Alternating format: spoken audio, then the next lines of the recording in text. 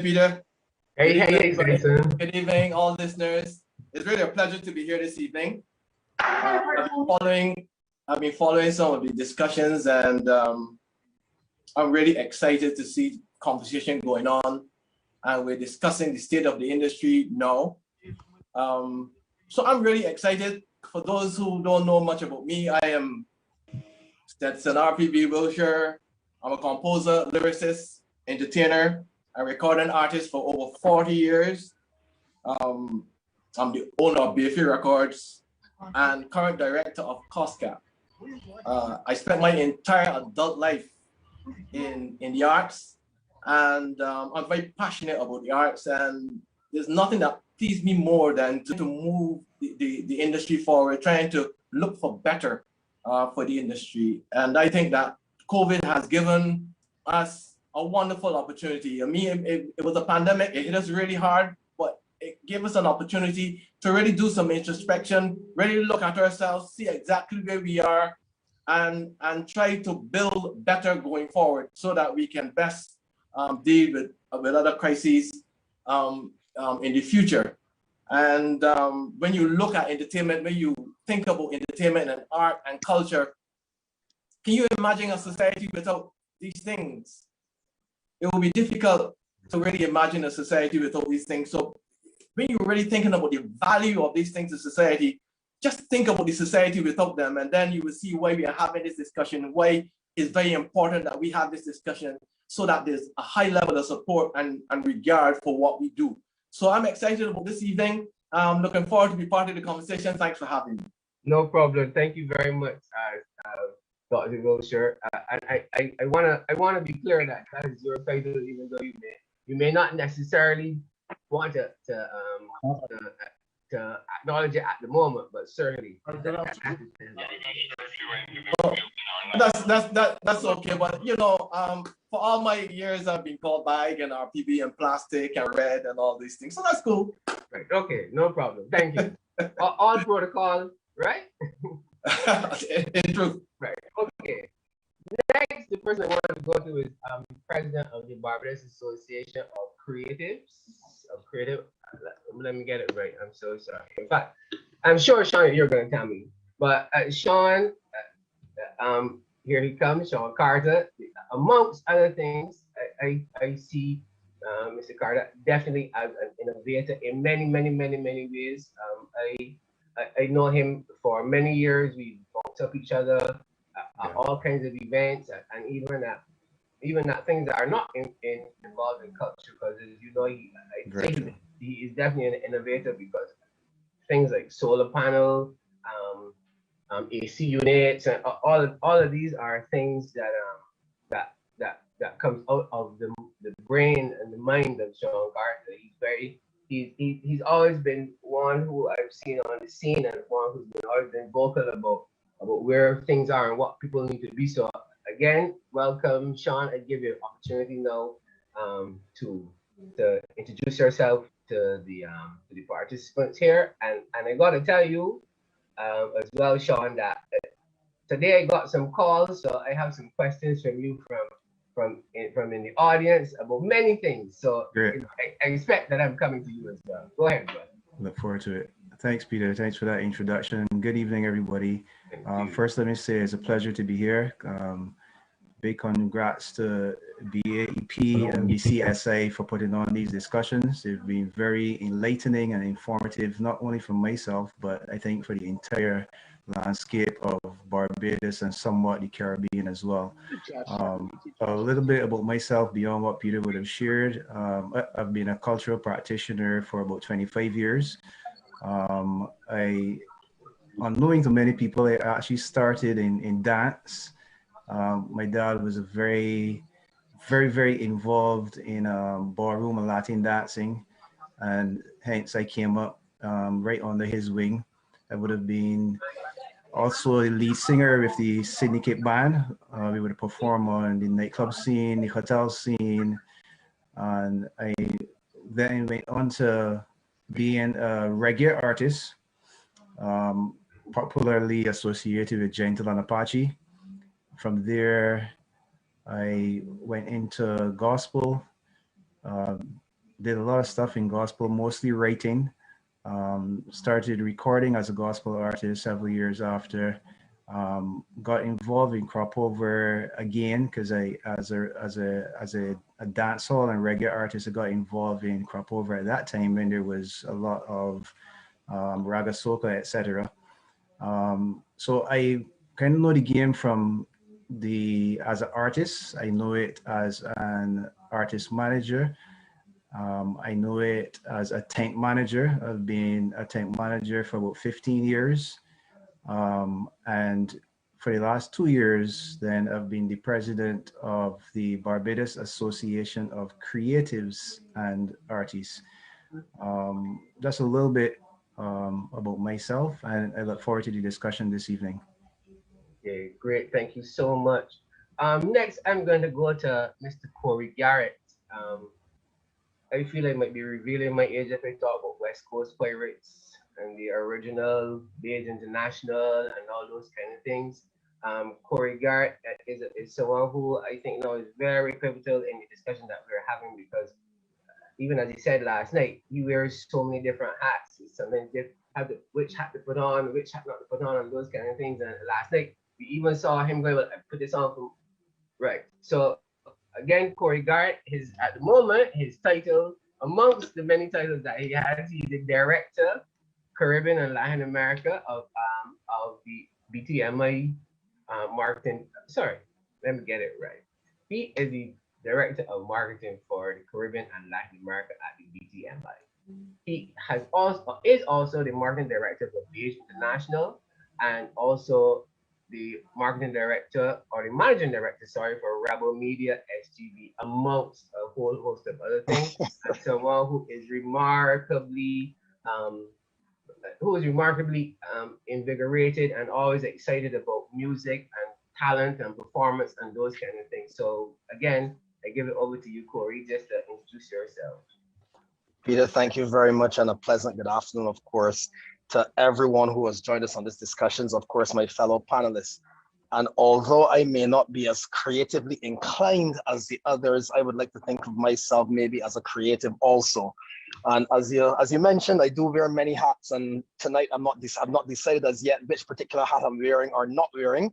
You'll see where the discussion takes us, of course. But more into my background, I guess by day I can be described as a marketeer. My background is in marketing, but just like many others, it started out ironically in entertainment.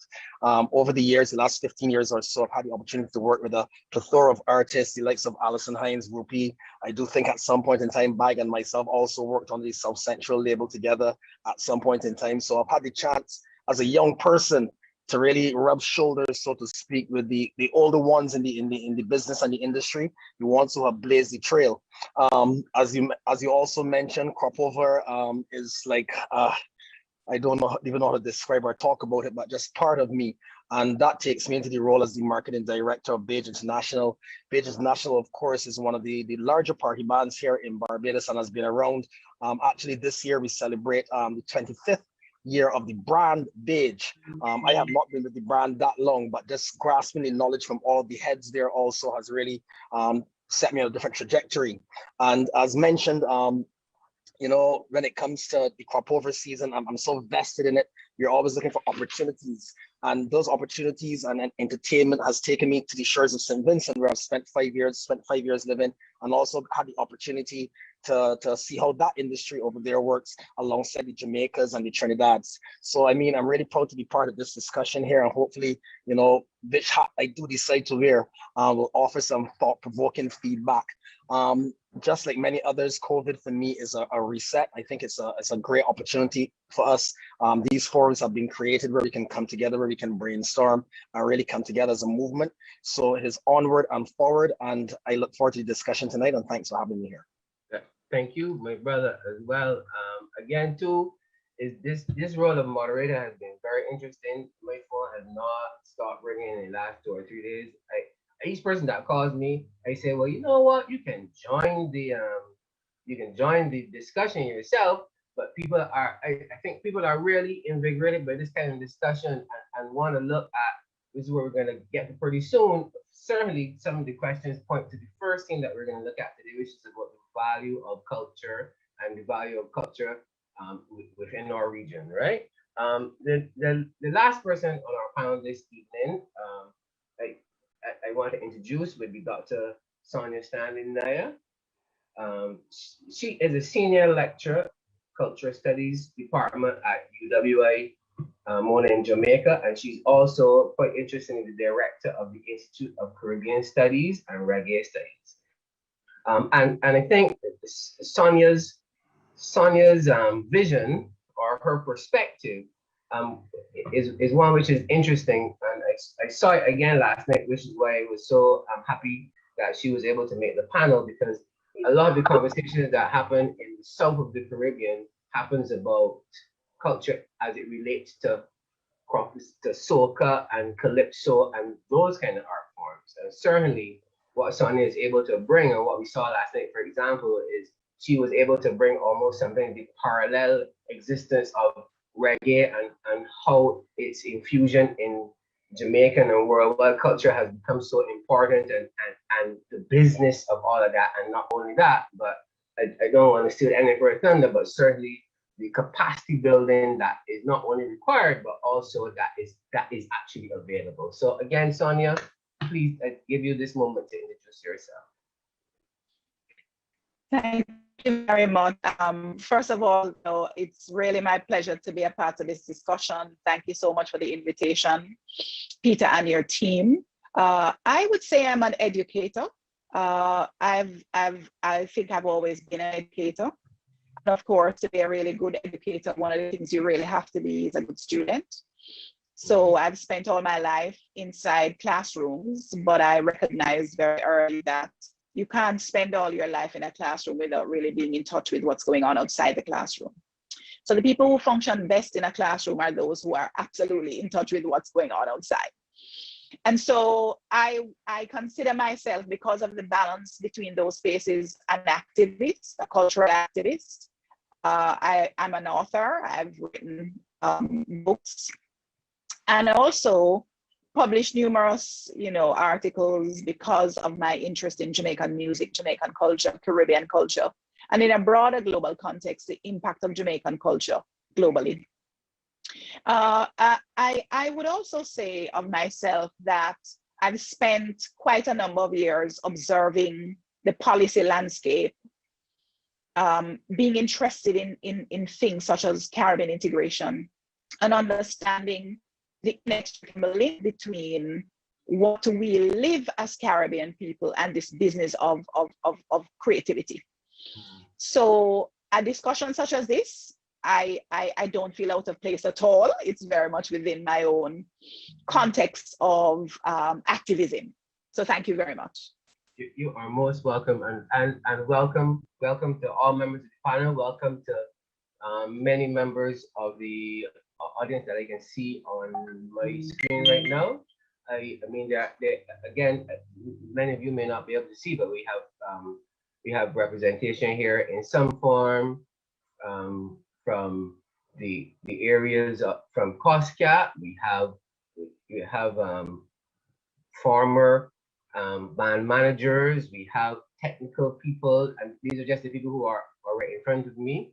I'm sure I saw a couple moments ago Peter Headley, and he too, I'm sure, is very interested in this conversation as we look to see how we go forward and how we make those links and all the opportunities that may and can exist out there, even in the midst of what people are recognizing as definitely as a pandemic.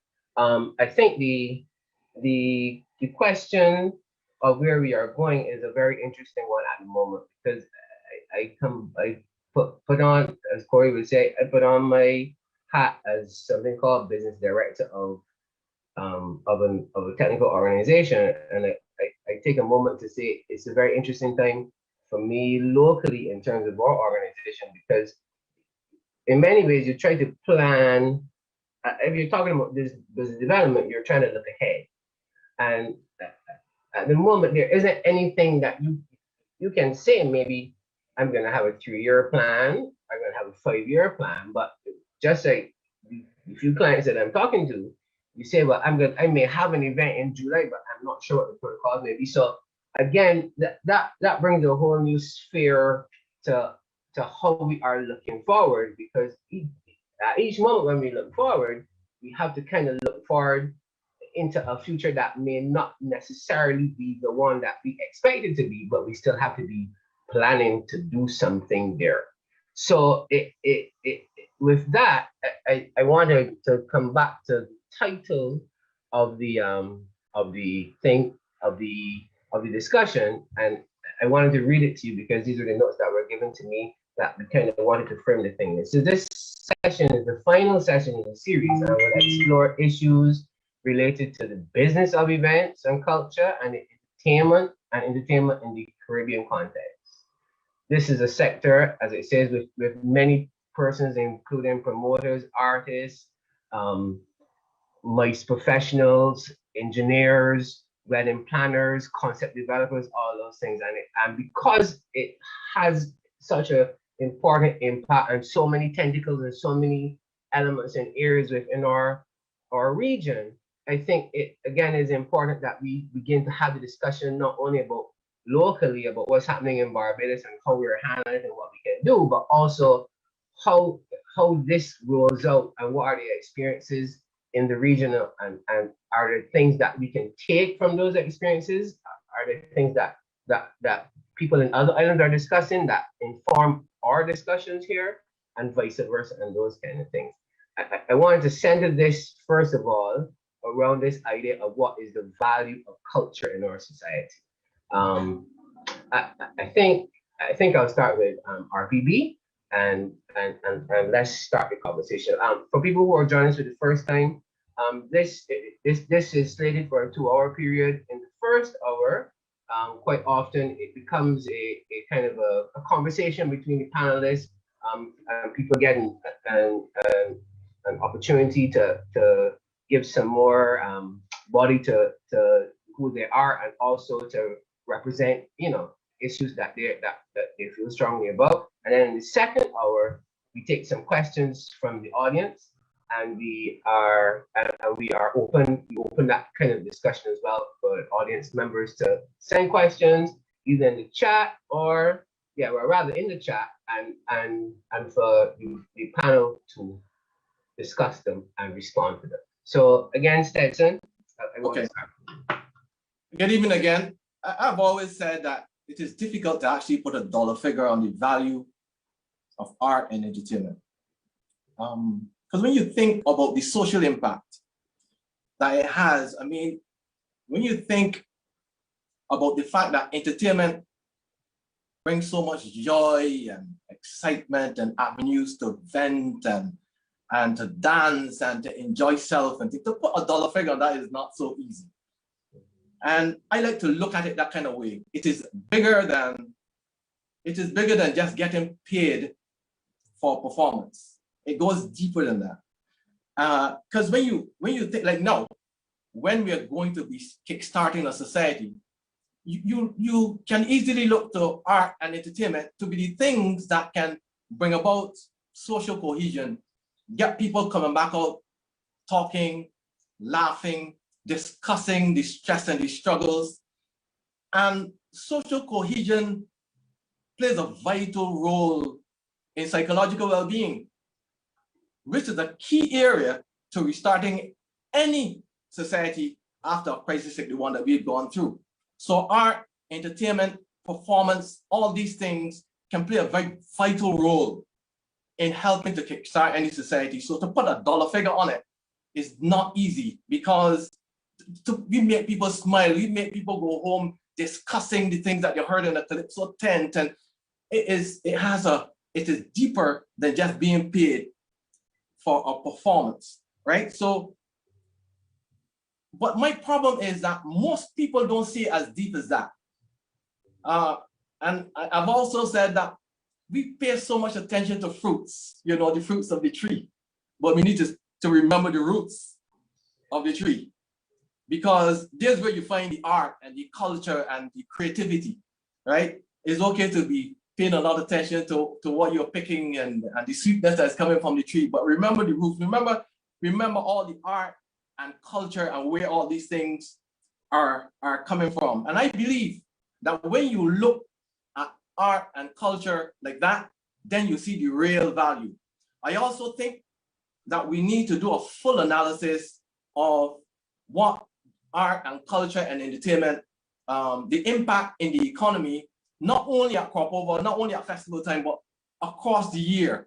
And we probably need to do this across the Caribbean so that we can have a better understanding of the overall financial impact, economic impact of the arts and culture. And I think that people then will get a better understanding of how important, you know, the cultural and creative industries are. Right now, you can see the amount of money that Europe is actually putting in to art, because they recognize that the creative industries have been driving, has been an important cog in the wheel, in the economic wheel of the world, right? It has been a major driver. So here in the Caribbean, we really need to get our acts together, but we have to organize. We cannot approach the powers that be without structure. We need to organize ourselves in a way where we can lobby government to set policy and put mechanisms in place to support the industry. But we can't do this unless we have some kind of form, some kind of shape, and that has been our downfall. The fact that we have not been able to commoditize in a way that can be seen clearly what we are made of. And I think that that is the way that we need to approach going forward, so that government can really see a bigger picture and don't just see us as people who just go on stage and to perform. We need to find a place at the dinner table and not be left in the basement. I think that that is where we are seen to a large extent, not only here, but across the Caribbean. And I think we need to look at see how Europe is actually embracing the arts. And this is an opportunity. This is an opportunity to move art and culture and the creative industries to the next level. Yeah, I agree with you 100%. And I think it's interesting, as you say, that I think people begin to recognize the importance of the culture industries when you can, as you say, attach a dollar figure to it. But I think of Sistren in Jamaica, and I think a generation. I think of all the work that young Winston Farrell would have done, all the community theater that existed. I think of even Alambe Motley and Yoruba Yard. We can go right the way back to this idea of how culture really has, seats itself in our communities and how our communities have grown out of that. I mean, I think we are at the place now of Rihanna's and Buju Bantons and RPBs and Sean Carter's and all these people, and so that's the part that's easy to commodify. But the elements of social engineering and how all of that, how that works in the community development element, I think those are things that we have to add value, not add value to, but recognize as being remarkably valued to the social fabric of our community and also the political fabric of our community. And not partisan, but obviously discussions that come, how these are ways in which we can have discussions in relation to issues that are difficult for people in the Caribbean to manage now, things like being transsexual and pansexual. All of these are elements that I think we need to look at. I must say, and I'm coming to you, Sonia, to help me in this point. I must say that the University of the West Indies is doing rigorous work in terms of not only trying to commodify, but also trying to look at what is cultural studies, and not only that, but not only what is the definition of cultural studies, but what cultural studies means to us, and as opposed to comparing it to what it meant to, or talking back to the people who we thought were the establishment before and that kind of stuff. Sonia, certainly, I'm hoping you're going to jump in here and help me here. I'm listening, and there are so many things that are popping into my mind as you all have been speaking. The first thing is I want to acknowledge that the University of the West Indies has made quite a bit of inroads in terms of putting on the table the kind of learning that would have us respect our culture, and the kind of learning, I mean, in terms of programs now, that would have us be able to properly research and document aspects of our culture that have been neglected, really. And when you talk about speaking back to, you know, empire, for example, the colonial powers, it's about being able to put on the table a certain level of respect that is in direct opposition to the ways in which our cultural practices, our performance practices have been denigrated. So let me first say that the University of the West Indies has not only been important in terms of putting pedagogical systems in place, but we have also partnered with institutions like the Ministry of Culture, Gender, Entertainment, and Sport to collect data and to be able to interpret that data in a sphere where the regular, ordinary Jamaican, Caribbean person can understand the value. And this has been a real downfall of ours in the Caribbean. And we understand why. The history has never taught us the value of culture. But in moving toward an improved understanding of the value of culture, I can share with you, for example, that now we have the capacity to tell you that there are over 1,400 live events that take place in Jamaica, and I'm talking pre-COVID now. And as a matter of fact, based on the number of licenses issued for things like places of amusement in, say, 2015, there were 26,687 according to the Planning Institute of Jamaica. And there are, you know, certainly more up-to-date statistics that we can engage with.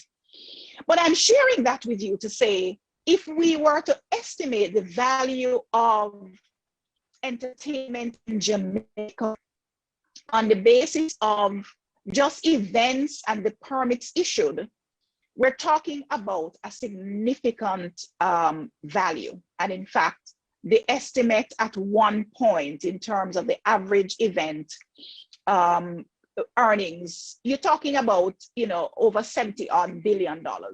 Now, what does that mean? In Jamaica, we can do some quantification. What does it mean for the whole Caribbean?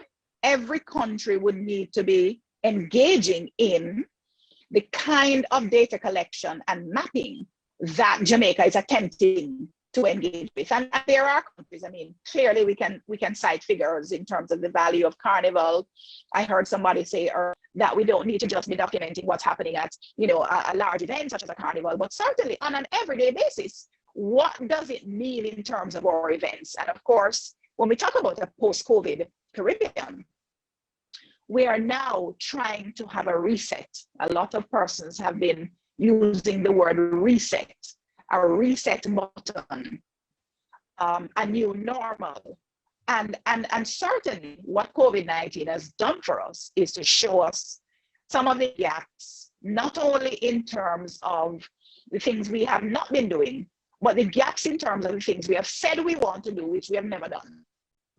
So I want to, you know, just put those things on the table as we do this discussion, that there is data.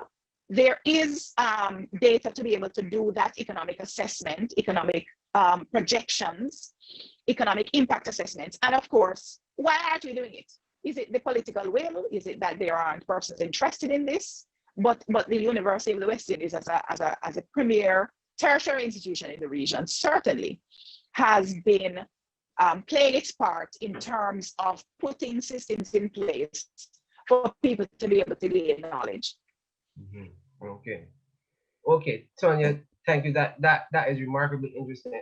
I'm gonna come to Sean next, but I also want to let people in the chat know that I'm gonna be coming to you with some questions as well. And what I wanted to do to respond to the question is simply to go into the chat and put your hand up so that we can get a sense of how people feel. We can get some temperatures to go forward here. Sean, I'm coming to you, and I'm coming to you first of all as the president of the Barbados Association of Creatives and Artists, because right now where we are, locally, for example, is that we are seeing the development of association. And again, I think this is very important. Stetson spoke about it originally by saying that, you know, if you really want to be lobbying, unless you're the prime minister of the former prime minister of the UK and you have those contacts, you need to be going to people and saying, I am speaking on behalf of 10,000 people behind me or 5,000 people, or right. But so the question I'm really coming to you, Sean, now is from the creative side. How do you think, or what is your experience about culture? I know I'm saying culture more so than entertainment, but how do you think the role that culture plays in society from a creative's perspective? How do you think the society values culture? Right. So culture, basically, in my mind, culture speaks of who we are as a people. So from that standpoint, perspective is very, very crucial, very important. From the perspective now as artists and creatives, that means it gives us a huge responsibility, because we all know that music is powerful, and if culture is the way of the people, then the artist or the creative then is wielding that sort of power. So culture affects how people think, it affects how they feel, and therefore it affects how they function. It has an impact on the food that we eat. You know what I mean? People come to the Caribbean to experience the Caribbean culture. So that's a mixture of music, food, dress, colors of houses. Um, you know, if for example, to touch a little bit on the tourism entertainment aspect of it, we have several Caribbean islands that all have the same product pretty much if you're just looking at sun, sea, and sand. So what differentiates Barbados from these other territories? We've always said that our greatest resources are people, and entertainers and creatives are people. They're not AIs. They're not machines. And I remember from my experience alone, when I was singing with Syndicate Band, we would leave Club Rockley and we would go down to Baxter's Road to Pink Star, and we would be down there interacting with tourists until 1 in the morning. Now that's an experience that would cause somebody to come back to get to. So the island then has a repeat visitor, and that is a linkage now between the culture of Barbados and entertainers of Barbados. So it even goes beyond the music, it goes beyond the stage. It is the interaction that these people have with the artists as well. Now, the good thing with the age that we are in now, the interaction even goes a little further, or it can be extended through the use of social media. There's the IG platform that we continue to interact with our fans through, but nothing beats that experience when somebody leaves their home, they come to the Caribbean, they want to experience our culture, something that is unique, something that is different. I think also that we put a lot of emphasis here on calypso and on soca, but especially since I've become the president of BACA, I realize that we have so much more to offer than just calypso and soca. Yes, these will be predominantly driven because of the biggest festival that we have, which is Crop Over. And again, that brings me now to the financial aspect of it, because I think it brings in, the report every year says that between 80 80,000 to $1 million into the economy of Barbados. Now that doesn't go um, to entertainers or to event planners. I mean that benefits the entire country. As RPB was saying earlier, down to the snow cone vendor on the street. What comes to my mind is RPB saw something happening when that paints an image of how culture and the artistic community actually interacts with the people on many levels. So it's the social level, It's the psychological level, because especially in these COVID times where people are locked down, they can't go out.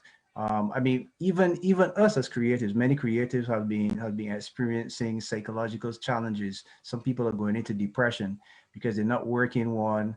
They're not going out. I remember when we had a situation with the ash. Again, that's a serious psychological situation that was going on there. And you can imagine going through that. You're locked in your home. You can't even open the windows because you don't want the ash to come in. You can imagine if there was no entertainment. So I'm looking at it at that same perspective that Baig mentioned earlier. If you want to look at the value of it, think about removing it from the equation and how people would survive or exist without it.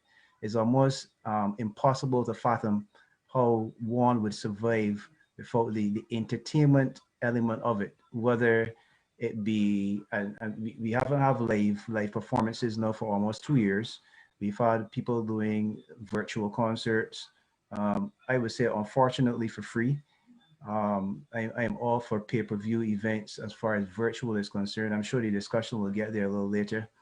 But at the end of the day, what I'm saying in essence is that it is extremely important. It shapes who we are as a people. What I see music does, music takes a snapshot of what is happening in society. For artists like myself, not only does it capture what's happening now, but it also projects what is to come. And that's the power of music. That's the power of the entertainer. That's the power of the creative. Not only to be able to capture what's happening now, but even to let people know, well, look, this is the direction that we're going in as a people, or this is the direction that we should be going in as a people. I think it was Sanja that touched a little bit on heritage, which brings to my mind the importance of the preservation of culture, how that is needed. And I think that's another way where songwriters and artists help to preserve culture as well, because it's chronicling events in the nation's way of life that, generations down the road, they could take up a RPB album and listen to current events that was happening at that time.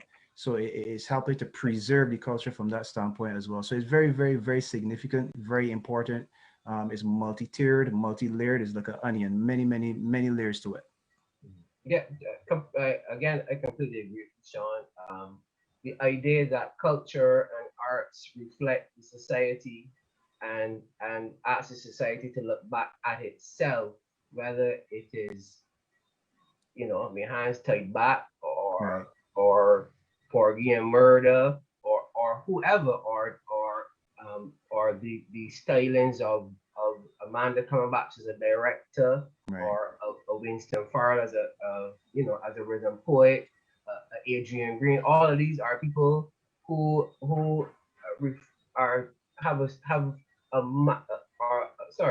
really have a role in asking us to look at ourselves as a community and as a region, and who we are and what we do. And I make no excuse for saying that we live in an environment where we have found it hard to live for ourselves for over 300 years. We are now learning to live with each other and still learn to live with all the races that are within the Caribbean and how all of that works. But again, what is the value of culture? So obviously, Corey, I'm kind of setting you up here now.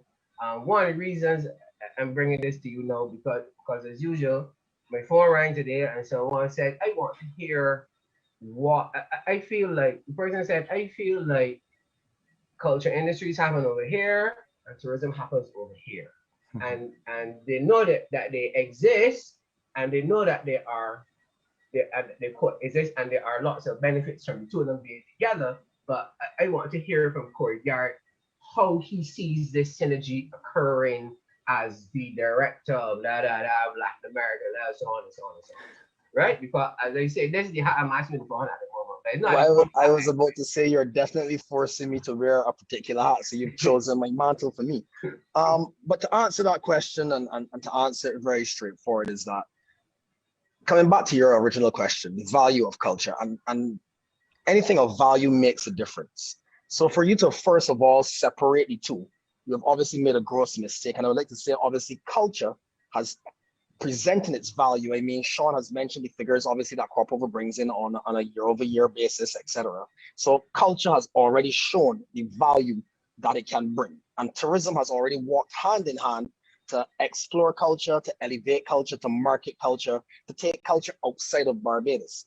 The question we should, however, be asking right now is, how do we take the uniqueness, the authenticity, and this rich culture and not only export it, but import people to follow the culture or to be part of the culture?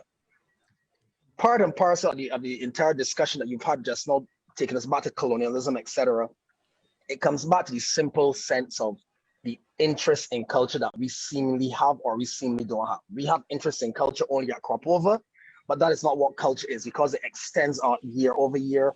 Barbados is a country, month after month, week after week. You can find some activity, from a karaoke to a gospel fest to somebody holding a little jazz event. So there's culture, there's creative constantly happening time after time after time. And coming back to one of the earlier points, because you're linking tourism into it so hard, I think the next step for us is to see where culture has already created a platform for Destination Barbados or for the tourism, and then to fill the holes or these mentioned brackets, these spots around the crop overs or the winter periods with the other culture that we can expose. So let's look for the artists, let's look for the poet, let's look for the dramatist, and look to the different forms of culture. And as we said last night, not have a scene, not have a crop over scene, not have a Christmas scene, but have a cultural industry. If we present a cultural industry, it is no doubt that it is symbiotic then with the tourism industry, because intrinsically, they're both creative value and economic value. So that's how I would answer that question and present the solution at the same point in time. Great. Yeah, I am interested in the solution, and I want to come back to it, because we're gonna look at new opportunities and look at new ways and that kind of stuff. And I want to kind of flesh out a bit more. I come to you, Sandra. A conversation that we started to have last night in the group in relation to the next part of this is about brand. I mean, you look at Bob Marley, and you look at the transition between him being a musician, and you look at what the Bob Marley brand is now for Jamaica, and how that has rolled itself out, and how important that is to the definition of being Jamaican, and being Caribbean, and as one of the leading branded lights of our region. So a lot of what we've been talking about at the moment is about how we feel about our brand and vibe culture in Barbados, but how is that translated in Jamaica, for example?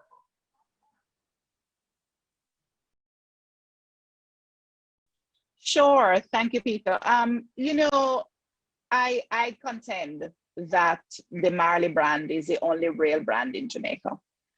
And it's amazing because the Marley brand does not reside in Jamaica. So when you talk about nation branding, when you talk about country branding, and there's a lot of research and a lot of documentation on this. In fact, I've written somewhat on the ways in which Jamaica as a nation punches above its weight category, precisely because of how much Jamaican cultural practices, the Jamaican, the Jamaica in the imaginary, the global imaginary, is so large.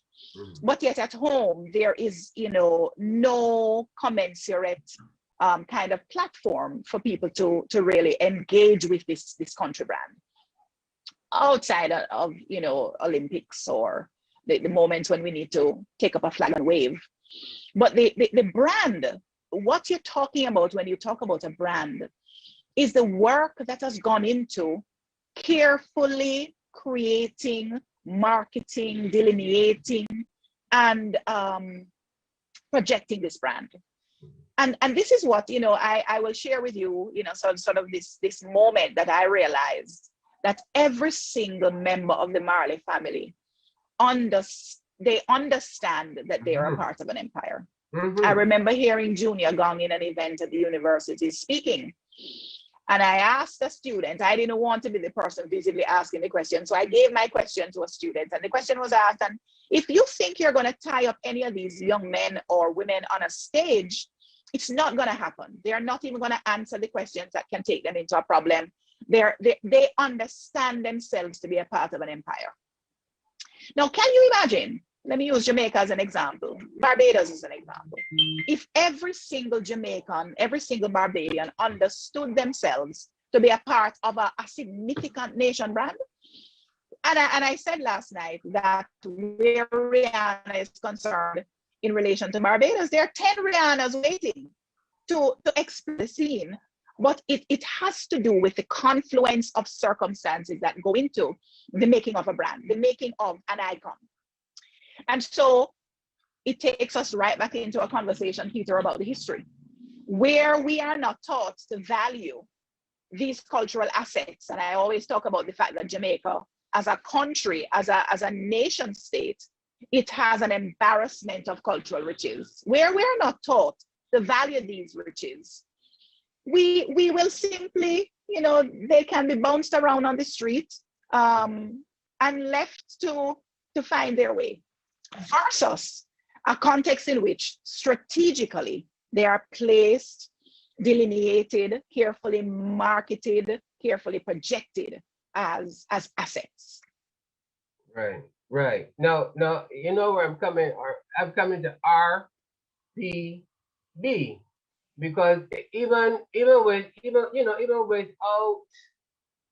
without any doubt, I would say that those three letters represent a significant brand worldwide, and definitely within the diaspora, you can make that again. The point Sandra is making, I suspect, because I have had an opportunity to work within the diaspora with artists and that kind of stuff, and artists are put at such a level when they arrive in New York or Boston or London or wherever people of the Caribbean diaspora are outside of the Caribbean, and certainly the way in which artists are treated in those environments come up, I would say, to that level of stardom and respect in terms of your craft and that kind of stuff. I expect that has not always been the case, but certainly as we see artists tour the region and tour the world and make a splash on the world's stages, certainly we can see there is value there. So help me here a little more, Stetson, to develop this idea of brand and value, and what are the issues that are dichotomous between those things.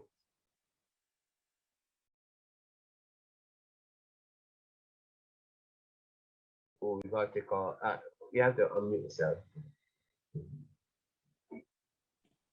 Sorry about that, Peter. We tend not to, as artists, lots of people don't even understand branding.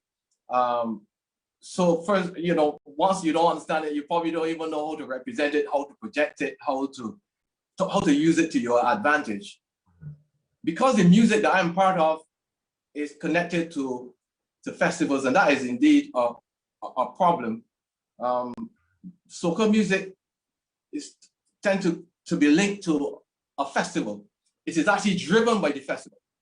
So you are as popular more often than not than your last song, as your last song. Mm-hmm. And I made a real effort not to be judged by my last song. So I try to build a brand that represents something more than just a song. Mm-hmm. And I think that is very important, so that I could function even when I don't have a popular song. Mm-hmm. I can survive even when I don't have a popular song. So it is all about understanding what you represent, and not just reduce yourself to a single popular song and crop over that can be determined by a DJ or radio, by the way. Mm-hmm. Can determine if you become popular or not, right? So the thing is to understand what you represent and be true to it. Don't just be all over the place. You need to understand, what you're made of, where your strengths are, and try to project it as much as you can. And that's what I have done. Right. For argument's sake, with regards to how I function in terms of performances, I cater to a market that is about these banquets and balls and people dressed up in suit and tie, where you perform for an hour, 15 minutes, and people dance. The music is not ruckus, this is not bacchanalish.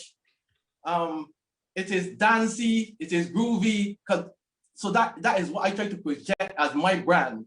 Content and music that can be appreciated by a wide cross section of people. So it is not just about making a song for a season. I don't make songs for a season. I make songs to support the brand that I represent. Right. And that's interesting. I can see you, Corey. I can see you. I coming to you, Corey, and I coming to you as well, Sean, for sure. A part of this was interesting because this was, even without Stetson last night, this is a part of the conversation that we were having about as you move forward. Let me coach it in this way. Part of the discussion that we were having said, if you are moving forward as in this instance, we're talking about musicians or songwriters, singers, people in that industry. If you are moving forward, you have to have consideration about what your brand is. And having a brand means having a vision. And having a vision means you have defined who you are as an artist, I would say. Right? And I ask these questions in relation to festivals, as you say, Stetson, because I also recognize that if your brand is right, that you could, it really doesn't matter where you start. You could start at Crop Over in Barbados and go to Labor Day and go to Toronto and go to Miami and come around to Trinidad and come right around, and theoretically you could be like some of the more well-established soca artists in the region. You could work the whole year, but that requires in many instances a catalog of music, a team behind you who is bucking you going forward to the next one, who is out there negotiating for you, and those kind of things. So whether you coach it in soca, I'll come back to you for sure, or whether you coach, because to my mind the same thing exists with reggae festivals all over the world. If you have the catalog and you have that international crossover, you could be going from reggae on the hill to Brazil to reggae on the river to right.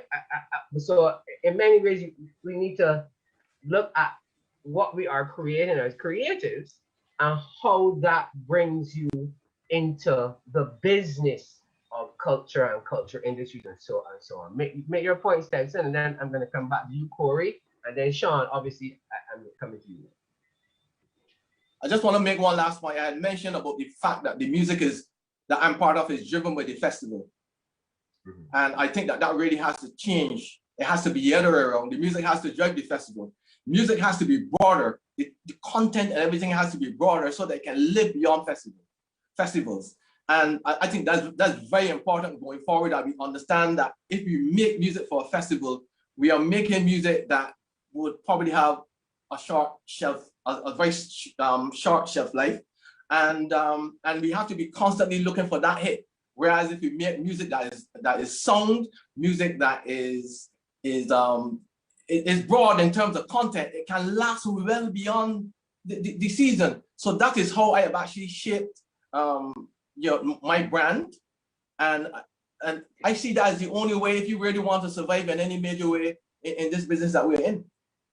Okay, I thank you. Corey, I come to you next. I'm not sure which hat you're wearing at the moment, but I expect something. You wear one of my old pastime favorite hats, and it's just so ironic, as you said, that RPP wasn't with us last night, but exactly what he said, and him being an artist and one of the most prolific artists in Barbados. And it comes back and it starts with the entire work ethic. And it starts of what do you want to achieve out of this? And the simple question is, so why are you here?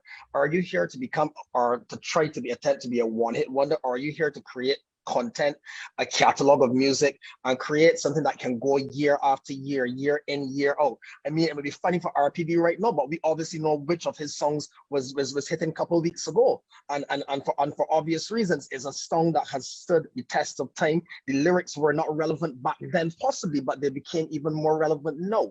How much of the music that we are now looking at in production can we say will have a lifeline of 5 years from here?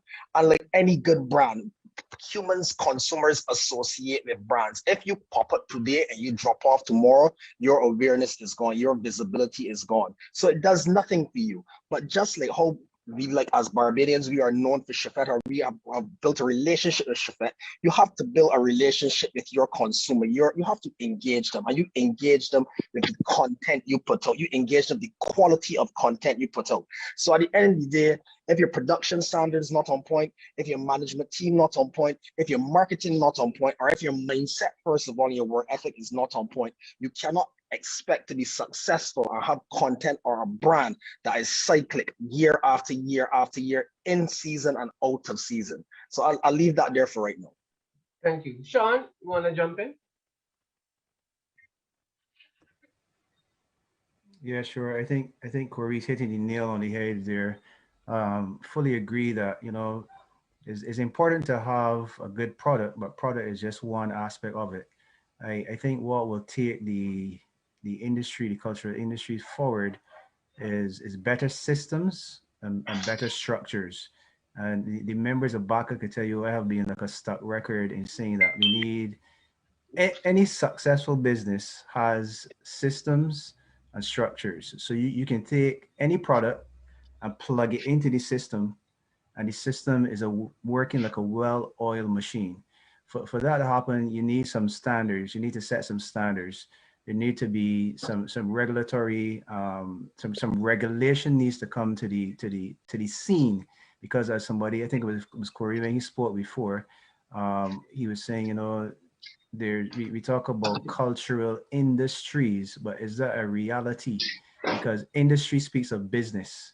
And until we start to get a widespread practice by all involved in the cultural industries, we say we are cultural practitioners, but until we develop the right practices, then we will continue to be walking around in circles, having a music scene and tricking ourselves that we have a music industry. One of the things that comes to my mind is the hype that is associated with the, what I call the underground scene. In Barbados, we know there's an underground movement. So certain artists put out a song on, say, for example, on YouTube. In 24 hours, they could have a million views. But does that transfer or convert to that content being monetized? Do they understand the business of it? Do they have a business team behind them that can enable them to monetize that? So, you know, I think one of the things that makes it so hard for people to understand the reality of what entertainers and event planners, I mean, the full persons involved in the cultural industries, what makes it so difficult for the general person, the average man on the street, to relate to the demise that we are experiencing in this time, is because a lot of the myths that have been perpetuated for so long.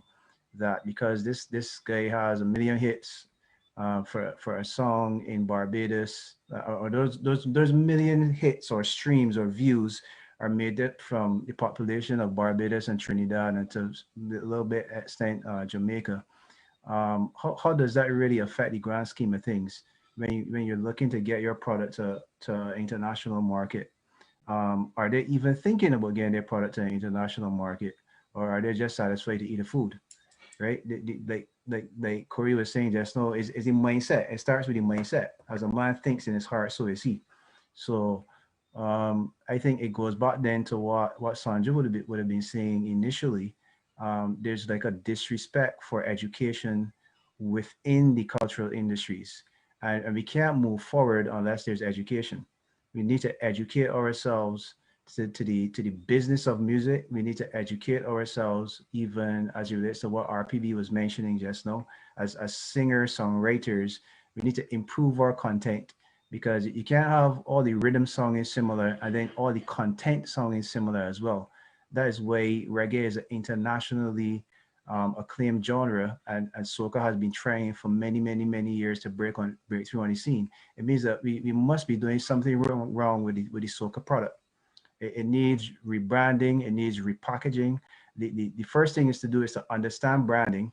And then when you understand branding, then another aspect of it is consistency, brand consistency.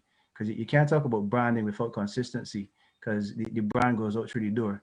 So there's a lot of stuff that we need to put in place. Again, to me, it comes back to the correct systems and the correct structures.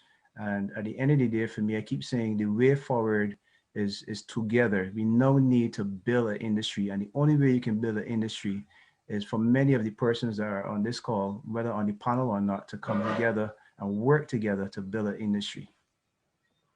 Yeah, 100%, Sean. It's interesting, and I mean, because of the people who are on the panel at the moment, we are framing this within the music industry. But I think that these are concepts and questions that exist, that have to exist in visual arts, in performing arts, right across the thing. And I think what everybody really is pointing to comes to the area where we want to go to in a second, which is capacity building. For example, I saw in the chat, TC say, everybody's rushing to get back to the state, or rushing to do performances, or rushing to go to events or whatever it is. But how we need to, in this moment, also stop and take stock of what we know and who we know and how this works out, and what lessons can be learned and those kind of things. And in many ways, I think the experience in the Caribbean has been about a person who discovered a raw talent and got a break and was able to do something. And I mean, I remember way back when I was studying to be a technical theater individual. I remember people asking me quite easily, "Are you crazy? You're going to study what? Lighting and sound, those kind of things. Where you can get a job in Barbados with that from?" But praise the Lord, I have been able to make some kind of living out of it and raise my children and eat food and buy a vehicle and all those kind of things. But there needs to be a back to the value situation, and also to the situation where you say, I want to understand more about my business other than just eat the food. I want to, okay, so let's go here. By a show of hands in the audience, I'd be interested to know how many people know about the faculty cultural studies departments in all three of the University of the West Indies, and if they've ever took a course, had a look, tried in some way to broaden their understanding of our industry and how it works, and how they can bring it to a level of professionalism. Just show your hands for me if you can.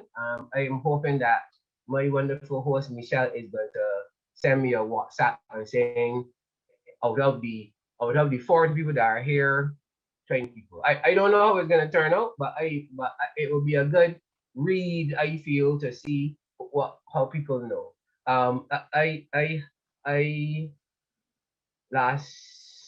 Just before COVID, I taught a course.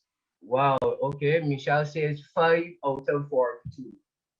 So even within the context of this discussion, I think more needs to be said about 6. I'm sorry, it's coming there. More. I think the investment in understanding the arts and the education and how this works must be important, right? TC says she is on the mailing list for the UE Culture Studies and the BCSI. And I think that is part of what we have to do if we're going to look forward is about how do we build out this thing? How do we build capacity?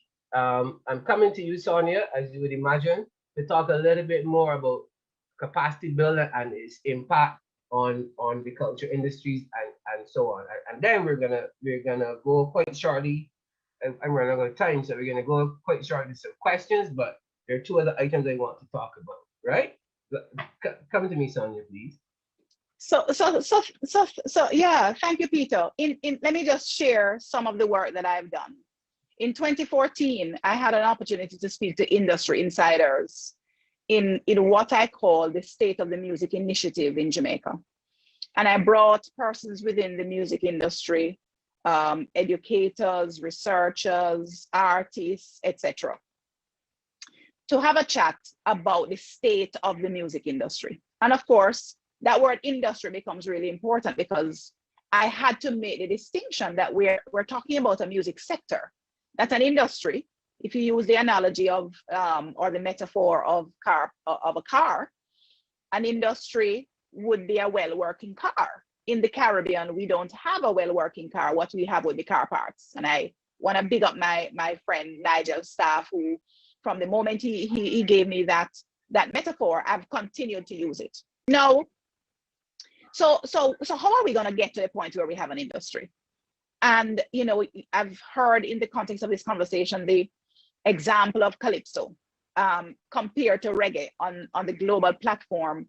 What are the differences and how it is that Calypso can gain the kind of recognition that reggae has gained? Reggae has its own category at the Grammy Awards. Reggae is in record stores in its own discrete category. So there's real value in that brand. But Jamaica have a reggae industry, let's say. It doesn't have a music industry. And it's pretty significant that, you know, when you put aside economies of scale, Jamaica is only a country of 3 million people. And if you think about the Jamaican diaspora, another 3 million, let's say, in the wider world. But so reggae is not only appealing to Jamaicans, because economies of scale alone, we would not be able to sustain that kind of brand, that kind of economy. So what are we doing right with reggae? Reggae is a music genre that appeals to people beyond Jamaica. And it is not that Calypso is not appealing to people beyond Jamaica, but there is a translation that's not happening to be able to convert the information, the nostalgia, the musical experiences around Calypso into a lifestyle. So people understand the carnivals and the festivals as a once in a moment event, but not an entire lifestyle that takes you through the year. And I've actually written about this in my book, Dancehall from Slave Ship to Ghetto. That carnival is a seasonal thing. The festivals are seasonal. But reggae, dancehall, these are everyday realities. And so that's kind of what we've tried to do at the University of the West Indies to be able to translate our cultural practices and our cultural assets into programs. So in the Institute of Caribbean Studies, for example, where I'm based, the cultural studies program is there, but there's also the entertainment and cultural enterprise management program, the cultural and creative industries major, and also the music and performance studies major, which is the newest of them. So we really are invested in the cultural and creative industries and managing what I refer to as cultural studies and applied cultural studies. And if you want, you know, those of us on the call to know more about the Institute of Caribbean Studies, feel free, follow us on Instagram, ICS Mona, or even myself, Culture Doctor, on Instagram. We are in this whole week celebrating our anniversary. We are 34 years old, having been established in 1987. And on Friday, tomorrow, we have this major lecture on Jamaican music, the kind of work we've been trying to do to bring attention to the creative industries and to music and so on. So there's a lot of capacity building that's necessary, that we must be doing. And I think that the university has a responsibility to make sure that that work is done. Certainly. And I want to say too that it's not only the University of the West Indies that has these capacity building outlets. I mean, at the moment, the Barbados Community College is offering programs in entrepreneurship, I believe, and definitely in arts management and those kind of things. I come to RPB and Sean because I want to add, I know I'm calling him Apache at the moment because I want to know, is there such a thing as a soca liberty? And I take that from the perspective of what Sandra was just saying. I would like to argue that my children are growing up in what I call the tradition of soca babies. I mean, and there is a generation, as I'm sure Corey will tell you, of people who not only are the artists traveling to Trinidad Carnival and Grenada Carnival and so, and Toronto and those kind of places, but there are, as we know, as we have seen in the past here, there are not only people traveling, but there are producers who are going from carnival to carnival, producing events in carnival, and I mean, that is the business that I think we all need to be in. Again, I think at the moment you could say that the Trinidadians kind of taken on that idea of you have Trini Jungle and those people, and now you have people who are now out there using using carnivals as a real-time business activity. And again, every artist survive within the region in the next 3 to 5 years as creatives and as industry players and that kind of stuff. These are the markets that we are going to not only have to be producing in amongst ourselves, but also asking all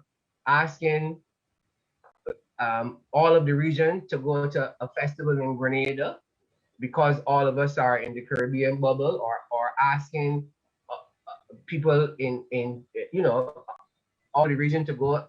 They're going to Trinidad as well, but asking them to go to St. Vincent and so on and so on. But to do that, we really have to have all of the business acumen, all of those things with in place to produce that, right? So this is the question I'm asking you: Is there a soca liberty? Is there a way in which culture is now transcends so much of our society that we look at it in a lens that allows us on a widespread basis to understand that we can exist in this environment as who we are and honor the things that we are. RPB.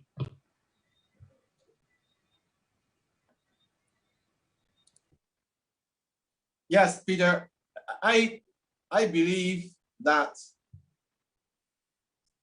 we can exist as who we are. I think that who we are is something special, and we can exist in terms of supporting each other. But I believe that soca music needs to be broader and appeal to wider audiences. In my entire career, the majority of the people that the music has been reaching are people in the diaspora.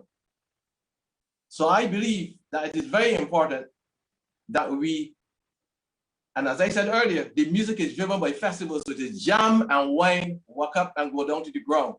In my opinion, that cannot make a fella driving in the snow in the United States or Canada.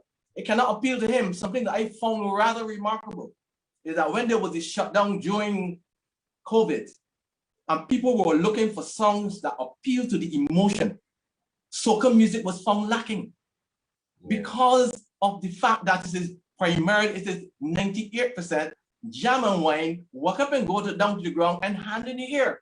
And I'm saying to you that the content has to be broader. The reason why it is that way is because it is driven by the festival. It has to be the other way around.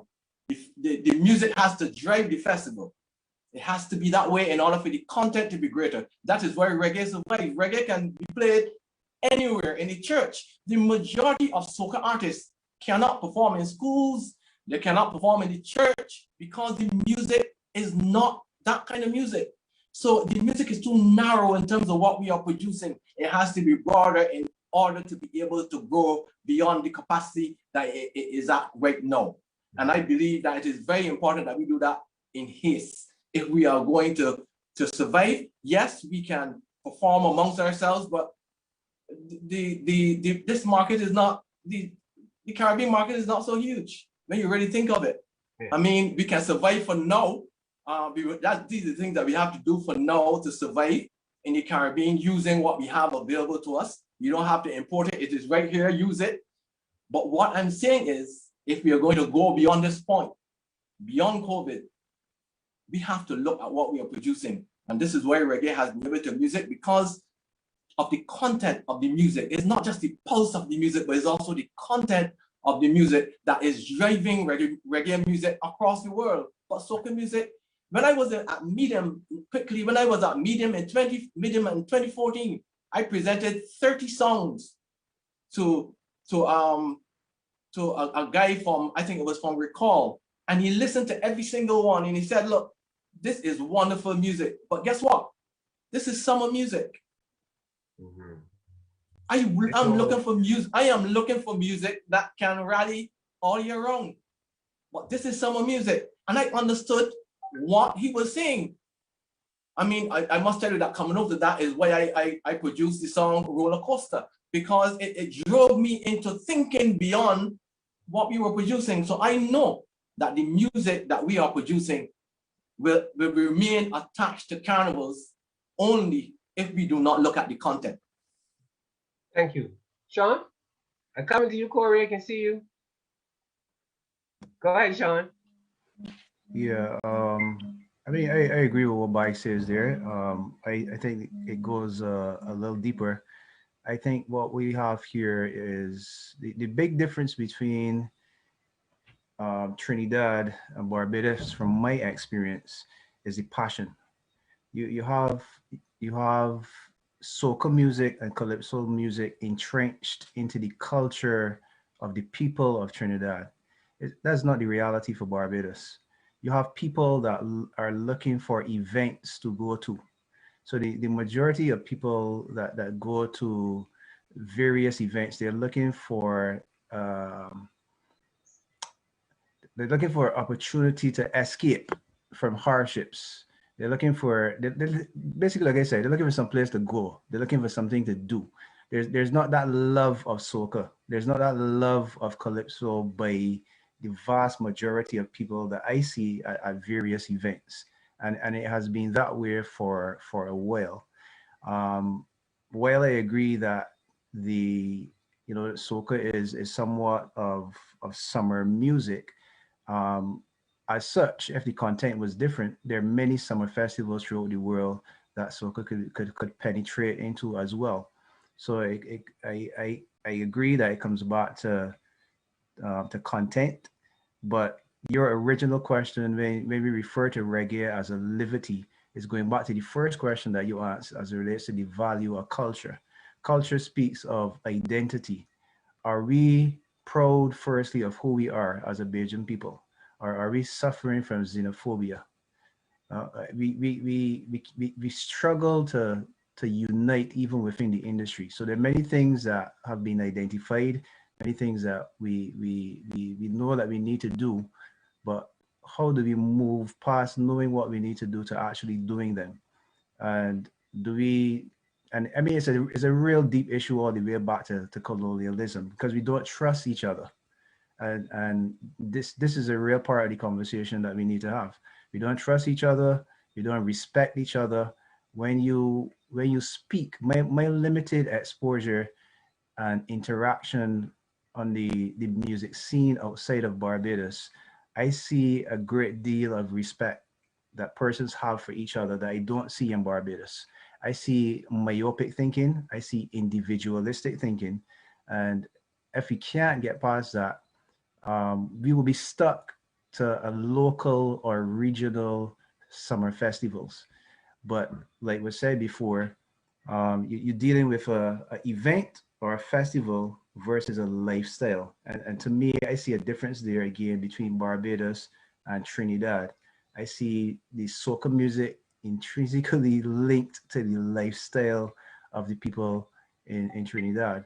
What I see now in Barbados happening is that even, I mean, we're talking about soca, not that, I really didn't want to go down the soca line, but the conversation is here.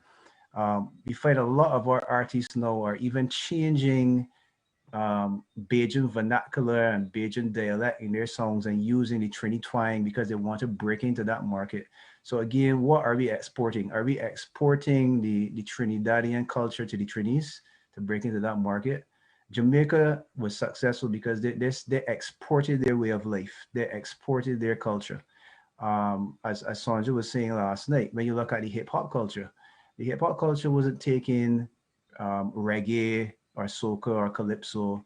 Again, it was their culture. It's not just a genre, it's a whole culture, it's a way of life, it's an expression. And that is what they sell to the world. It is not limited to America, the hip hop culture. So I think those are some of the things that we need to look at. We need to look at in a real serious way. Look at it. Don't pussyfoot around the issues and dodge the bullet, but face them head on and realize what our struggles are. Identify them, address them, deal with them, because like I said, this is what will help us to build an industry as opposed to piggybacking, trying to get into a neighboring market when there's a world out there. And we need to think broader. We need to think bigger, as Baig was saying. One of the first things I learned in the game as a songwriter was not to write songs for Barbados, not to write songs for the Caribbean, write songs for the world. And like I said last night, I think we think often of our soca artists think of how to get into Trinidad. Trinidadians are thinking, how do we get out of Trinidad and into some of the border music markets? Many people are thinking, how do we break into that North American market? And there's Asia there that's practically untapped. There's Africa there that's practically untapped. And we need to think beyond what persons have done, and we need to look at what needs to be done in order to move forward as a people, firstly, and then as an industry. I agree completely. Corey, they started talking about export, but I know you want to talk about something before that. But it's a natural flow, because it's a natural flow, so I can't go back too far. And I mean, you threw me off a bit because obviously my business is import right now, so I'll definitely come back to that point. But we are in an age and day right now where we have acknowledged that content of all types is king. We look at digital content, we look at musical content, whatever the case may be, and content is surely king. And as I mean, the key point is a lifestyle that we have to develop. But where is the seed planted? Once the seed is planted, is it watered, sun gonna shine on it for 2-3 days, etc.? Or is it gonna be fertilized, etc., and be developed and cured, etc.? And that is where we have to understand maybe where the culture and the export that we're looking for the culture, because it is not ingrained in the 4-year-old, the 5-year-old, and ingrained from a heavy mindset where it is celebrated, where there's no demotivation towards it, where there's credibility behind it. That if a little boy come and say, look, I want to be the drummer in a top band, his parents can surely say, son, go for it. And when we come to years later, 20 years later, I want to export something that we have only picked up maybe 10 years down the line, 5 years down the line, and only doing it, as Sean might have said, for the dollar or for the bread. You cannot look to take it to the next level. When it comes to soca music, once again, we are looking at this in a completely fragmented approach. The Caribbean basin is dotted with small islands. There's a movement. Let us leave Jamaica off of it. We come from Antigua, we come down the island chain, the island chain. The simple problem is economies of scale. Many mouths talking, many mouths educating, many mouths speaking the same thing. And if we as a Caribbean people moving outside of Barbados have also not cultivated that spirit or cultivated that appreciation of what is ours and where it came from, we cannot necessarily look to promote it and have it capitalize on the world stage. My job has fortunately taken me to the eastern coast of Brazil recently. And it is quite extremely ironic when you actually hear the music that's produced in that region, how similar it is to the basses and the beats and the horns that are used in calypso music. Taking us back, of course, to the ancestry and the nomadic Jews and that entire movement, the sugar, the rum, etc. We have held on to only certain parts, but allowed people at the same time now to take other parts and capitalize on it. So back to the beginning, and it comes back down to the basics. At that key and important stage of the idea or the seed of culture, of soca, of art being planted. Are we fostering it? Are we educating? Are we stimulating?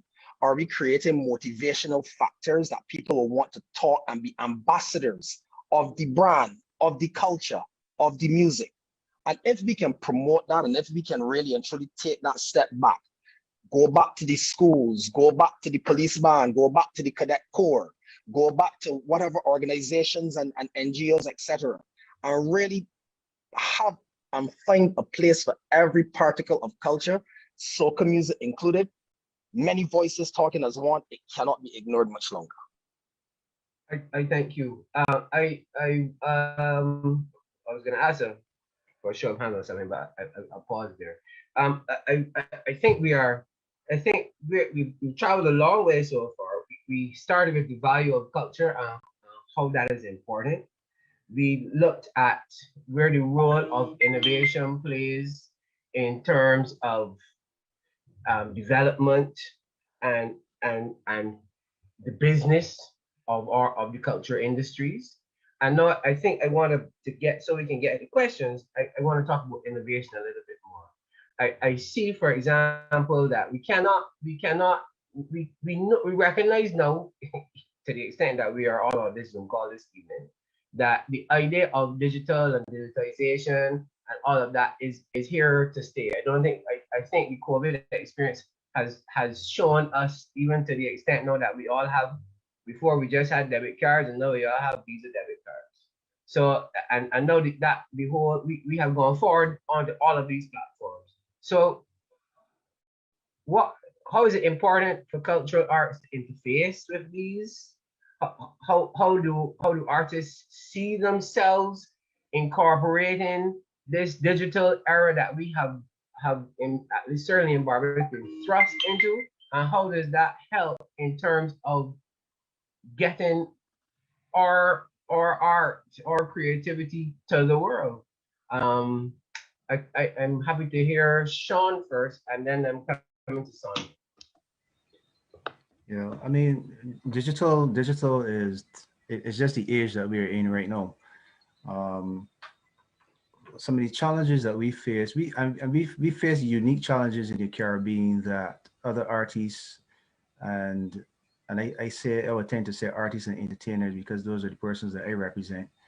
For example, we have issues here with e-commerce. We don't have a e-commerce platform to call our own that we could use. And for us, even in BACA, we are embarking right now on a virtual concert series.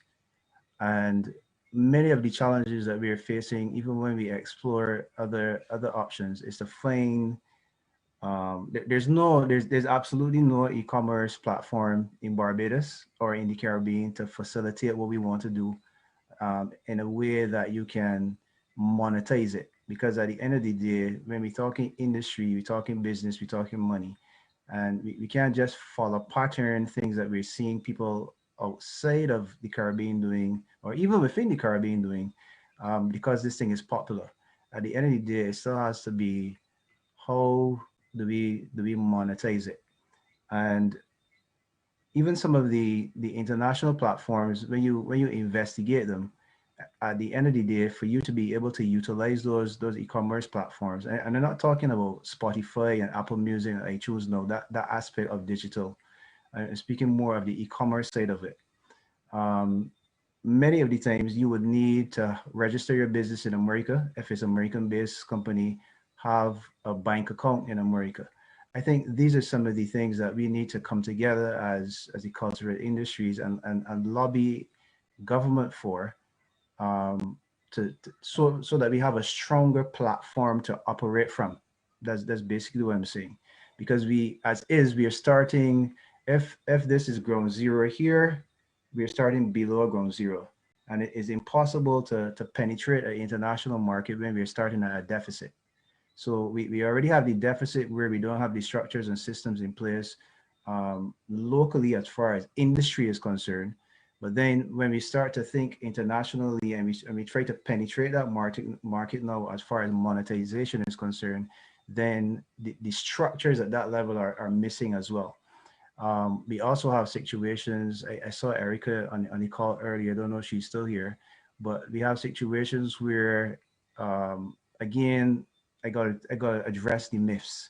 There's the myth that once you get your music as an artist on Spotify, on Apple Music, on Deezer, on etc., all these digital platforms, that you will make a killing, you will be rich. That's a myth. That is a serious myth. And then artists would post, take a little snapshot at some of the listeners and post it to the masses who are ignorant to the reality of the business side of the platforms. And people think that these artists are really doing well, when in truth and in fact they're not. You need volume, and Barbados and the Caribbean is just too small for artists to make any significant dividends from the digital platforms. And I think this is where the conversation needs to go on this business side of it at that level as well. I come in. I said I was coming to Sonny next. Sean, there are some people who are in the chat who are saying that technology exists. That we need to explore it more, because they have suggestions about how that can be done, right? In terms, and I think it kind of comes back to this idea of that Corey presented last night, is that there are concrete examples across our region of how people are doing that. I see Phil Phillips in this chat, on this call. I saw Peter Headley earlier.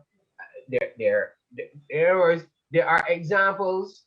It may not necessarily be the example that works for your particular model, whoever you are, but there are examples. And where is the communication that allows for more and more people to understand how this goes? I keep saying, for example, that my pet is theater. And I keep saying, for example, that there's no way that theater can survive if it does not, in many ways, take on the digital world. I actually have been saying that maybe 8-10 years ago, because I could see that the only people who were coming to theater in Barbados were the people who were coming to theater when I was a lad. And that the people who we wanted to come to theater weren't coming to theater because they could be at home on their cell phone or on their laptop or whatever it is. So the question I wanted to pursue in many ways is about how can we ball up all of our past experiences and what is coming that allows us to break out more as cultural practitioners worldwide, because this is many of the things that you guys have been saying is about this. RPB is saying we don't have the soca doesn't, for example, soca doesn't have the longevity. It doesn't have the topic areas or the elements of life that are associated with music become limited when you're talking about soca. But yet we want to be out there. So how these are the things I'm interested in, right? And what role again does innovation, education, communication, all of that? Peter, go ahead. Before you even take it any deeper into digitization, I want to toss, obviously, the minus bag, but this is probably where it all starts. The benchmark/transfer of knowledge process. Who is doing it best? Who can we look at? Who was successful? What model works? What model does not work? What are the peculiarities of our market? And those are the questions that we need to ask before we can even, at the end of the day, understand the impact, which is completely relevant, of digitization. We have to understand at the end of the day, yes, even in the digitization, there of course there's Orlando, the Ticket Pals, and etc. that are here locally, but there are other ones that are doing it. There are ones that are doing it regionally. There are ones that are doing it on a global scale. Why is it not then that one of these platforms, whether whoever is chosen in the Caribbean, then cannot have the marketing, cannot have the support to also go global? But it comes back at the end of the day to if we share the knowledge that we have. As Sonja and the Jamaicans have said, they have built a lifestyle around reggae music. It may take us back, some 30 or 40 years to when Bob Marley was in Rastafarianism, etc. I don't think we can go up to create a lifestyle now, but there may be elements in there, learning points that we can take along the way. We mentioned the examples last night of artists like Sean Paul, of artists like Buju Banton, who have consistently remained relevant year after year, no matter which rhythm has dropped. because there are benchmark processes. Knowledge has been transferred across them via their producers, via their managers, via their roadies, via their mentors. But if the knowledge is being isolated, especially in the Caribbean basin, and we have to stop thinking about it in the context of Barbados alone and open our minds to think about it from the Caribbean perspective, because a movement requires people, and 300,000 people are not going to make this movement. Somebody correct me on the Trinidad figure, but I think they're probably averaging maybe 1.8 million, or I could be very wrong at this moment in time. But we understand at the end of the day, movement requires people. The small islands cannot do it alone. They cannot do it alone. We look at the states, the United States of America, they have state law and they have federal law, but some states are allowed to make certain mandates as opposed to others because of people backing them. And if we do not have the backative, if we do not have the benchmarks, if we do not set up the credibility in the industry, if we do not set up the credibility for the music, and the credibility for the music goes back to the production, goes back to the standards, goes back to the content, we cannot even start to broach the discussion when it comes to digitization, because we are going to bumble and step right all over ourselves. Where are the benchmark processes that we need to anchor the industry and the businesses on first? Who are the spotlights from a global standpoint, whether it's from ticketing, whether it's from production, whether it's from performance, whatever genre, whatever aspect you want to look at it. We spoke last night at the end of the day about the waves that we have seen. At one point in time, it was all-inclusives. At one point in time, it was breakfast parties. At one point in time, it was cooler parties. And at the end of the day, organically, the benchmark processes were picked up. The benchmark ideas were picked up. Bag, I'm sure, would tell you at the end of the day, there are certain things in his industry and certain persons he's looked towards where he has benchmarked. He may not be able to necessarily change his voice, but he can change his style of writing. He can change his narrative.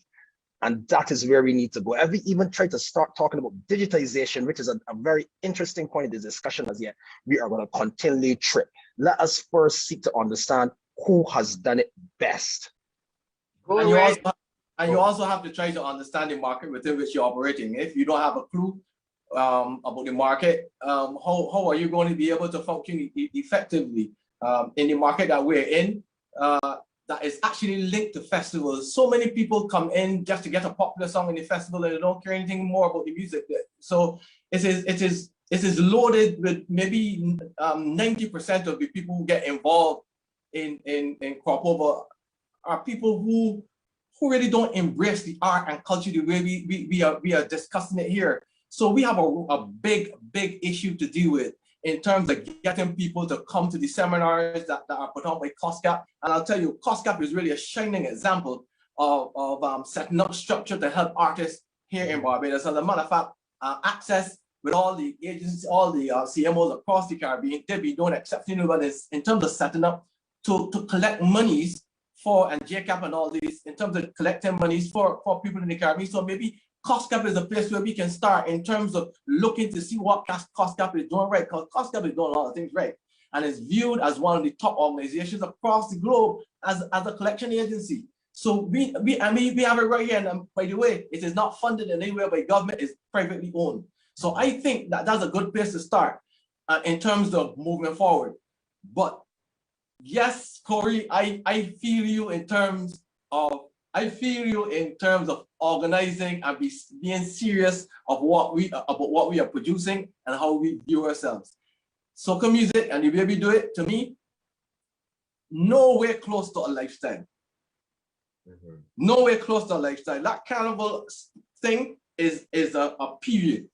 For us, it's a 6-week period. And Sean said earlier that in Trinidad, soca music and calypso music, but there's also steel pan, and they play that music all year round.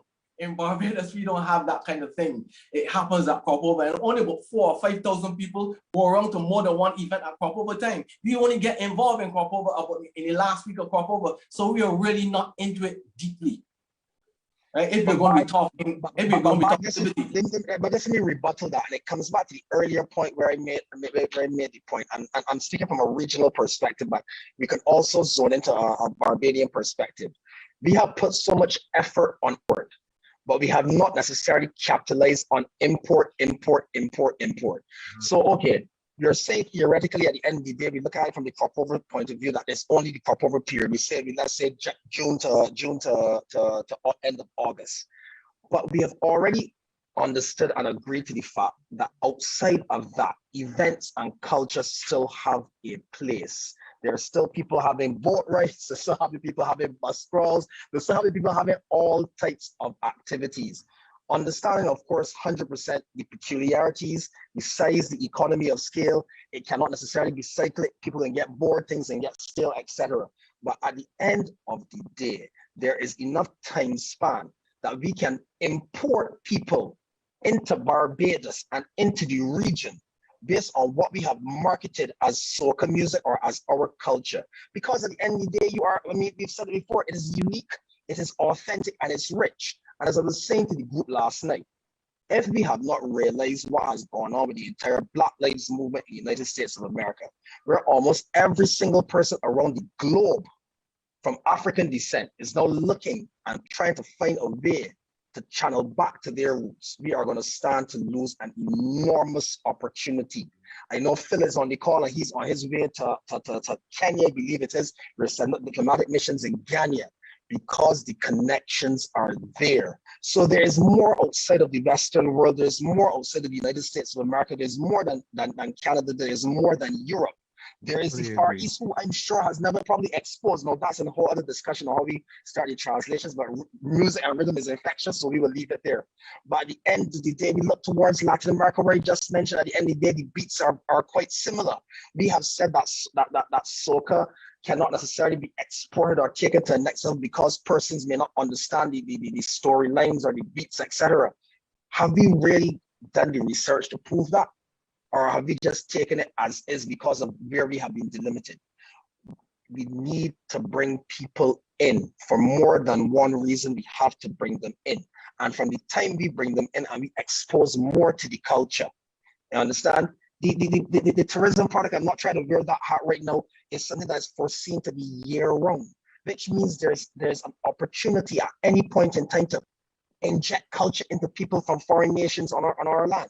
When that is injected to them, they go back and they talk about the culture. They will either come back or they will try to get a piece of it there to them. And it works symbiotically. So I cannot necessarily agree with the fact also that soca music, yes, is only procured mainly around carnivals or popovers, when it also in 2021, we have a global carnival calendar that can run from January to nearly October or whenever the Uber Soca cruises, because every single month, if it's not Cayman, is somebody having a carnival type activity. Notting Hill, Ibiza is doing their thing. So there is soca, or fragments of soca and the industry around the world. Problem remains at the end of the day, we are putting it in too many pockets, but we are not putting it together. We need the movement and the masses of people. If we can suck them in firstly, if we can not stop exporting, but if we can import more to let it saturate within themselves more, they can then take the culture outside for us, and then the wave will start. Okay. Coming to an interesting thing, which I'm going to ask Sonia to kind of summarize for us. I'm trying to choose my words carefully because I don't want the conversation to go in a different way. What I want to know is what is the role that the other stakeholders within our industry, and for the last 4 of these things, we've been talking about what the government has and what the government has not done and all those kind of things. But I'm more interested in understanding what should other stakeholders, whoever all those, and we know there are a plethora of stakeholders, how do they facilitate this thing that we are talking about, this growth, this important export out process? I don't know, Sonia, if you can kind of give some of what's happening regionally or what is not happening regionally in terms of this. So, I wanted to talk about the innovation, but let me address what you're asking.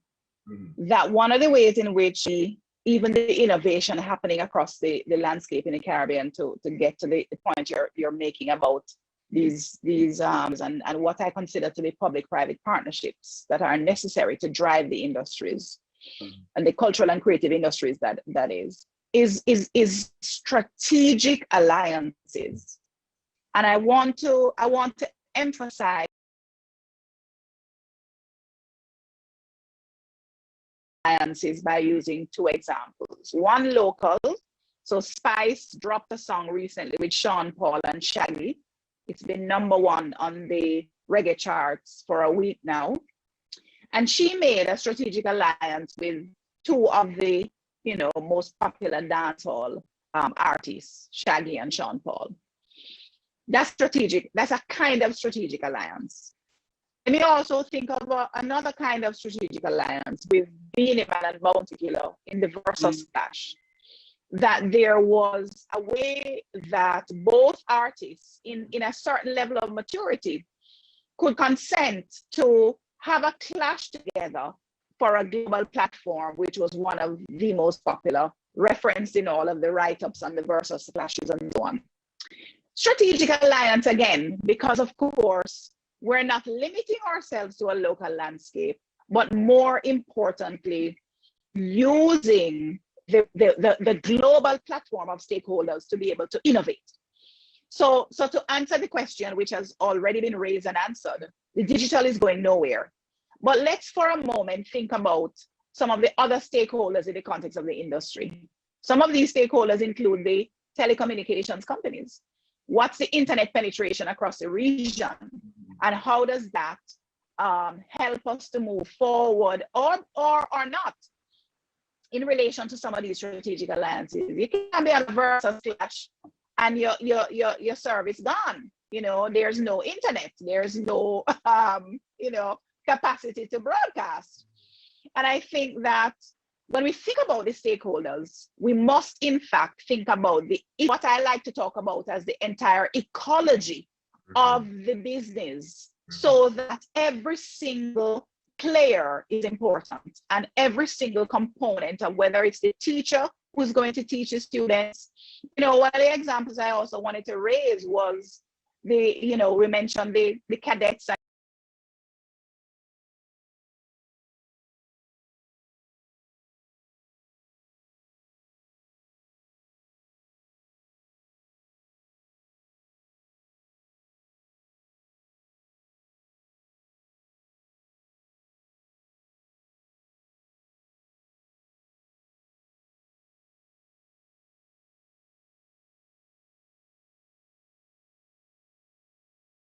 These things earlier, but the sport in the region, there is a model there for us to use. And I've been talking about that governments are only to facilitate. We can't depend on government to do what we need for industries. And I had used in our conversation yesterday the example of hip hop.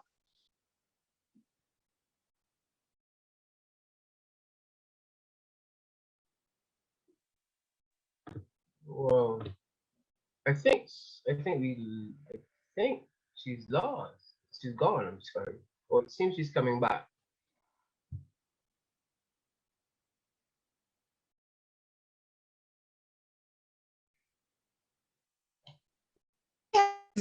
Internet connection, the instability, right, across the region leaves much to be desired. But of course, it's part of the capacity building that must happen. In each of the sectors that support the ecology of the cultural and creative industries, there must be capacity building. Okay, thank you, Sonia. I agree. I like this idea of the stakeholders, because I think that I think certainly locally, and I imagine regionally, I come to this idea that I keep calling the currency of sponsorship, right?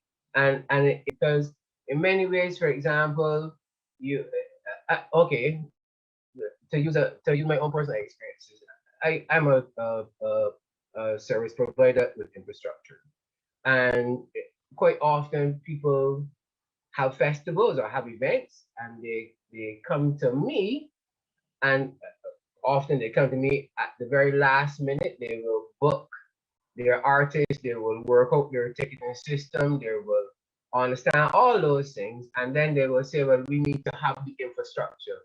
And immediately, once they have spent money on all those things, then they say, well, so what can you do for me?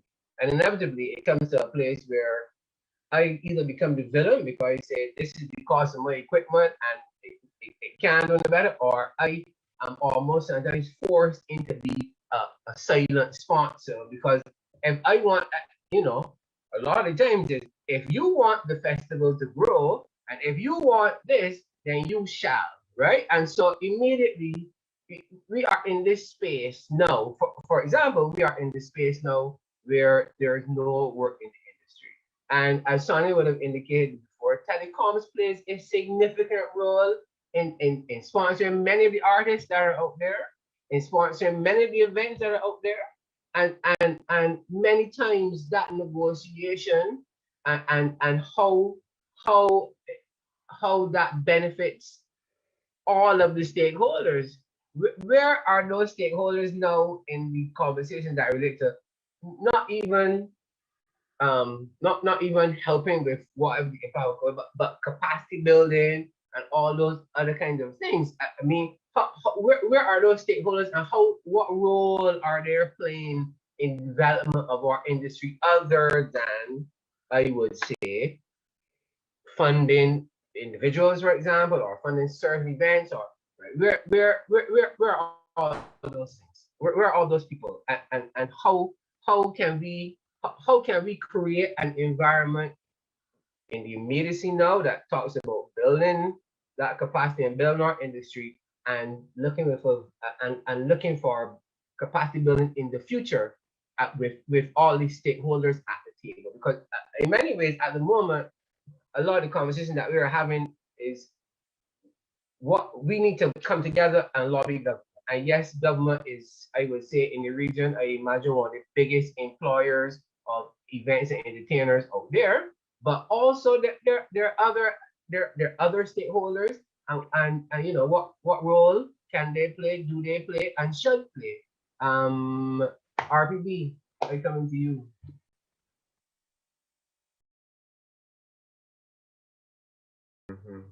I go, I hear you. I'll mute Stetson. I know very well that lots of people sit back and watch what is going on and don't really want to be part of the effort to move things forward. I think that we cannot stop. However, if we really want to move forward, those of us who are passionate about what has to be done, we must remain focused on working towards what you want to achieve. I believe that what may be good at this point is for us to form some kind of grouping across the Caribbean, where we can share knowledge and build a structure that when we move forward in a bigger way, so that we can be more effective in our approach to moving this thing forward. We have some realities, and I hear you talk about lobbying government. I don't know that we have a choice. I think that government recognizes the importance of what we do. It may be very clear to government right now that when there's no entertainment, there are less clothing is sold at stores, less hair. People don't go to the salon as often, if you understand what I'm saying. So we have to lobby government. Government can see how important we are. I mean, I don't know that in terms of stakeholders, there are a lot of people out there who will just sit back and wait for the benefits. And that's a reality. But we have the passion, and we have to drive what we feel in order to move this thing forward. And I think that's the only way. But I believe that we need to organize across the Caribbean and set standards for ourselves, so that we have a framework that we can work with. And I like what Sonia said in terms of what they're doing in Jamaica. And I think that's something we need to look at to do full analysis of what is going on across the Caribbean, so that we have a structure that we can look at to move forward. Sean, you're a structure guy. I know this. Yeah, I mean, from the beginning, I've been saying systems, structures. That's where you need to move forward. There's a couple things for me. I think Sonia hit the nail on the head. Sonia just said simply strategic partnerships, and to tie the two together, strategic partnerships at a regional level. There's a reason why the West Indies cricket team has been more successful than any individual regional team. Because again, when you're talking economy of scale, we are all each individually too small. We need to come together. So while we struggle to come together in Barbados, well, the reality is that right now in this time, we need to be uniting regionally to move forward internationally. One of the things we need is more cross-cultural collaborations. And I don't only say that now with my artistic hat on, as far as collabs between artists from Barbados, artists from Jamaica, artists from Barbados, artists from Trinidad, artists from Barbados, artists from St. Vincent, etc. But even as it relates to you were referring to some of the people as stakeholders and stuff like that.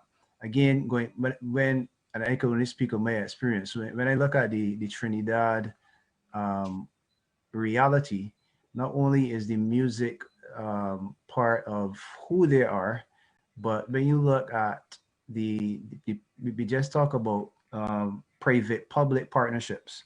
When you look at the private sector in Trinidad, because the culture is so strong, they're plugged into the system as well. So a lot of the issues, I mean, business is business at the end of the day. You have to show a sponsor what is in it for them.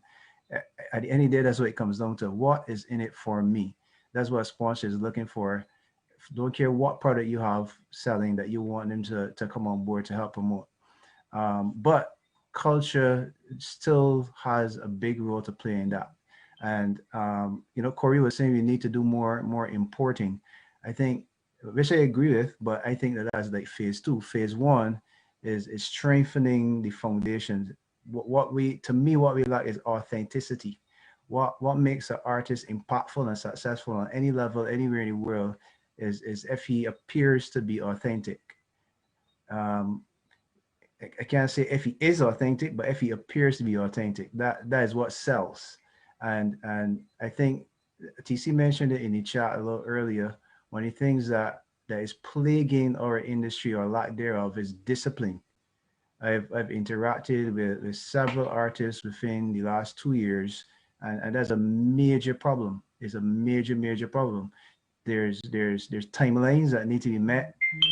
There's deadlines that need to be met, and artists in the Caribbean, there are a few that are professional and disciplined. I recently had an experience with Biggie that was fantastic.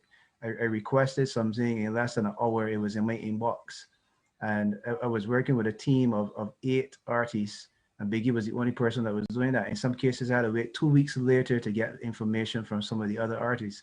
So it is also understanding the game, solidifying the foundation, so that because if there is a mass import and there's no strong system or structure to facilitate that, then the whole thing crumbles. It's like adding weight to a structure that's weak. So we need to strengthen the foundation, strengthen the structures. And then, like I said, to me, the solution is simple. Sonia said it, strategic partnerships. I said it last night. Your net worth is equal to your network. So we must network. We as Bajans got to find a way to get past our own insecurities and learn to work together. Because again, I say it, the way forward is together. We could talk, we could use big words, fancy words, we could bring numbers. At the end of the day, if we are not working together, then we will go nowhere. It's collaboration, it's strategic partnerships. Yeah, I thank you, Sean, and it's an interesting point to where we come to. Again, as I told you, my phone rang today and some boy said to me, listen to me, let's talk. You got to get the Barbados Association of this and the Barbados Association of that, and all of all come together, right? All of all come together and deal with this thing as one. And I agree wholeheartedly.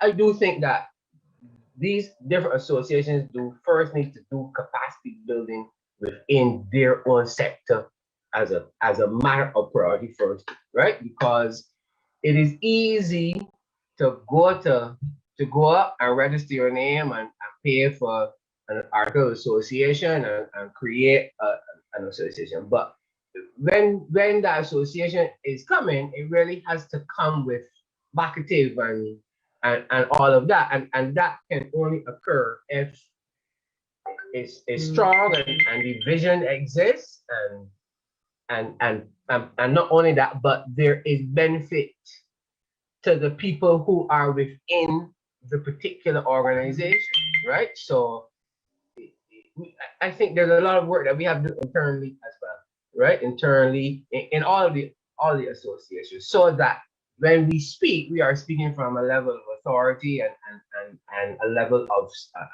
substance, right? I promised that we were going to take some questions from the audience for members of the panel to respond to.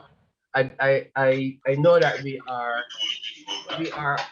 over by 12 minutes according to what we said, so I think we'll try to wrap up latest by 8:30, because I find that now in the age of Zoom, you have all the work that you have done during the course of the day, and then if you feel passionate about something, whether it is a fundraising activity or something, this is the moment. So you're immediately now, since we've gone in this space, this is the moment where you are doing a new set of work altogether, and most of it on Zoom as you try to meet people and all those kind of things. But I'm asking for questions. I see one from Terence. I know, yes, people, when you are asked how many of the persons in your industry do you represent, it cannot be 20 out of 600. That's right. And Terence is completely supporting that point there, which I think, in any case, everyone to lobby, we have to have numbers and we have to have substance behind us. So some questions from the audience. I mean, we have an esteemed panel here this evening. I'm sure there are questions that people want to ask. We have people who are in capacity building. We have people who are brand developers. We have people who are producers, people who represent the state, all kinds of things. So let's go, people. Question, let's say from Michelle in the chat. It comes from Michelle to everyone. What is the role of regional governments in creating the framework within which culture can thrive? Okay, and I see Sonia saying that she has to go soon. So let's see if we can, Sonia, please, if you can start with that question, then we may be able to relieve you a little sooner. I'll just repeat it for you and the group. What is the role of regional what is the role I can't read. What is the role of regional governments in creating the framework within which culture can thrive? That's it. There you go, folks. So, oh my gosh, this comes to the heart of the problem, that when we talk about economies of scale, we're dealing with countries that on their own cannot sustain industries. But when it comes to the region of 44 million people, then that's a formidable number. And therefore, these governments, especially an institution, an apparatus like CARICOM, would have to be front and center in trying to create the enabling environment. And I can tell you, I know that CARICOM is doing quite a lot, but when the lot that they're doing translates to the individual islands and governments, then you're talking about differential uptake in these kinds of initiatives. And I know that there is commitment. In fact, we've talked about champions of culture, different ministers taking on these roles, charting development plans for the cultural and creative industries. In fact, I myself have sat in meetings where at the CARICOM level, such initiatives are being discussed. But of course, we have a far way to go the regional governments certainly have a role to play. They are trying to play that role, but it comes back down to money. It comes back down to money, and it comes back down to the people who are willing to be champions. You have to have a mouth like a Hillary Beckles or a Mia Mottley, you know, a mouth like a PJ Patterson or Michael Manley to be able to, with charisma, with the capacity to convince and to move and to inspire people. That's what we need in this region. Okay. Anyone wants to add to that before we go to next potential question? I was just going to add to that, Peter. At the end of the day, what Sandra's comments really came back to is what we were discussing earlier about brand, and it comes back down to the people involved in the industry, the creatives at some level. And what I wanted to say earlier was that I personally think a great opportunity has been missed by many of the creatives when it came to the entire COVID scenario. And it was obviously when we started having that discussion about the virtual spaces, etc. But how many companies were forced to commit all of their marketing budgets to digital platforms, etc., which means they would have had to turn the advertising around to fit that type of medium. Jingles would have had to be recreated, shots would have had to be taken, scripts would have had to be written. Where were the creatives? And I can say that from sitting on the other side of the boardroom table. And at the same time, we talk about brand, and we talk about presence, and we talk about growing your brand. We have to understand that as artists, as creatives, it is not necessarily only siloed in your actual aspect of what you can do, but it is your entire persona. How many can actually go to a Roberts Manufacturing, can go to a Chefette Restaurants and present themselves as brand ambassadors to get popularity, to get attention, and at the same time, not only grow themselves, but grow the creative skills that they have. So it really comes back down to what we're talking about, the mindset, the acumen, to understand at the end of the day, like some of them in the industry already, that this is a full business. It is a full marketing, it is a full communication, it is a commercial driver, there's a finance sector of it.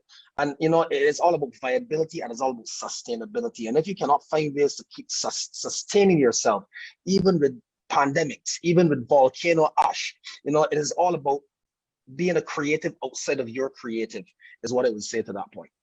Okay, thanks, Sean.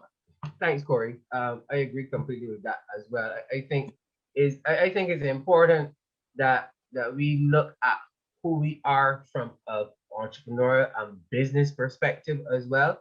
It may not necessarily be, it may be someone in your team who's doing that for you, but certainly we have to understand how do we take advantage of the opportunities that are out there.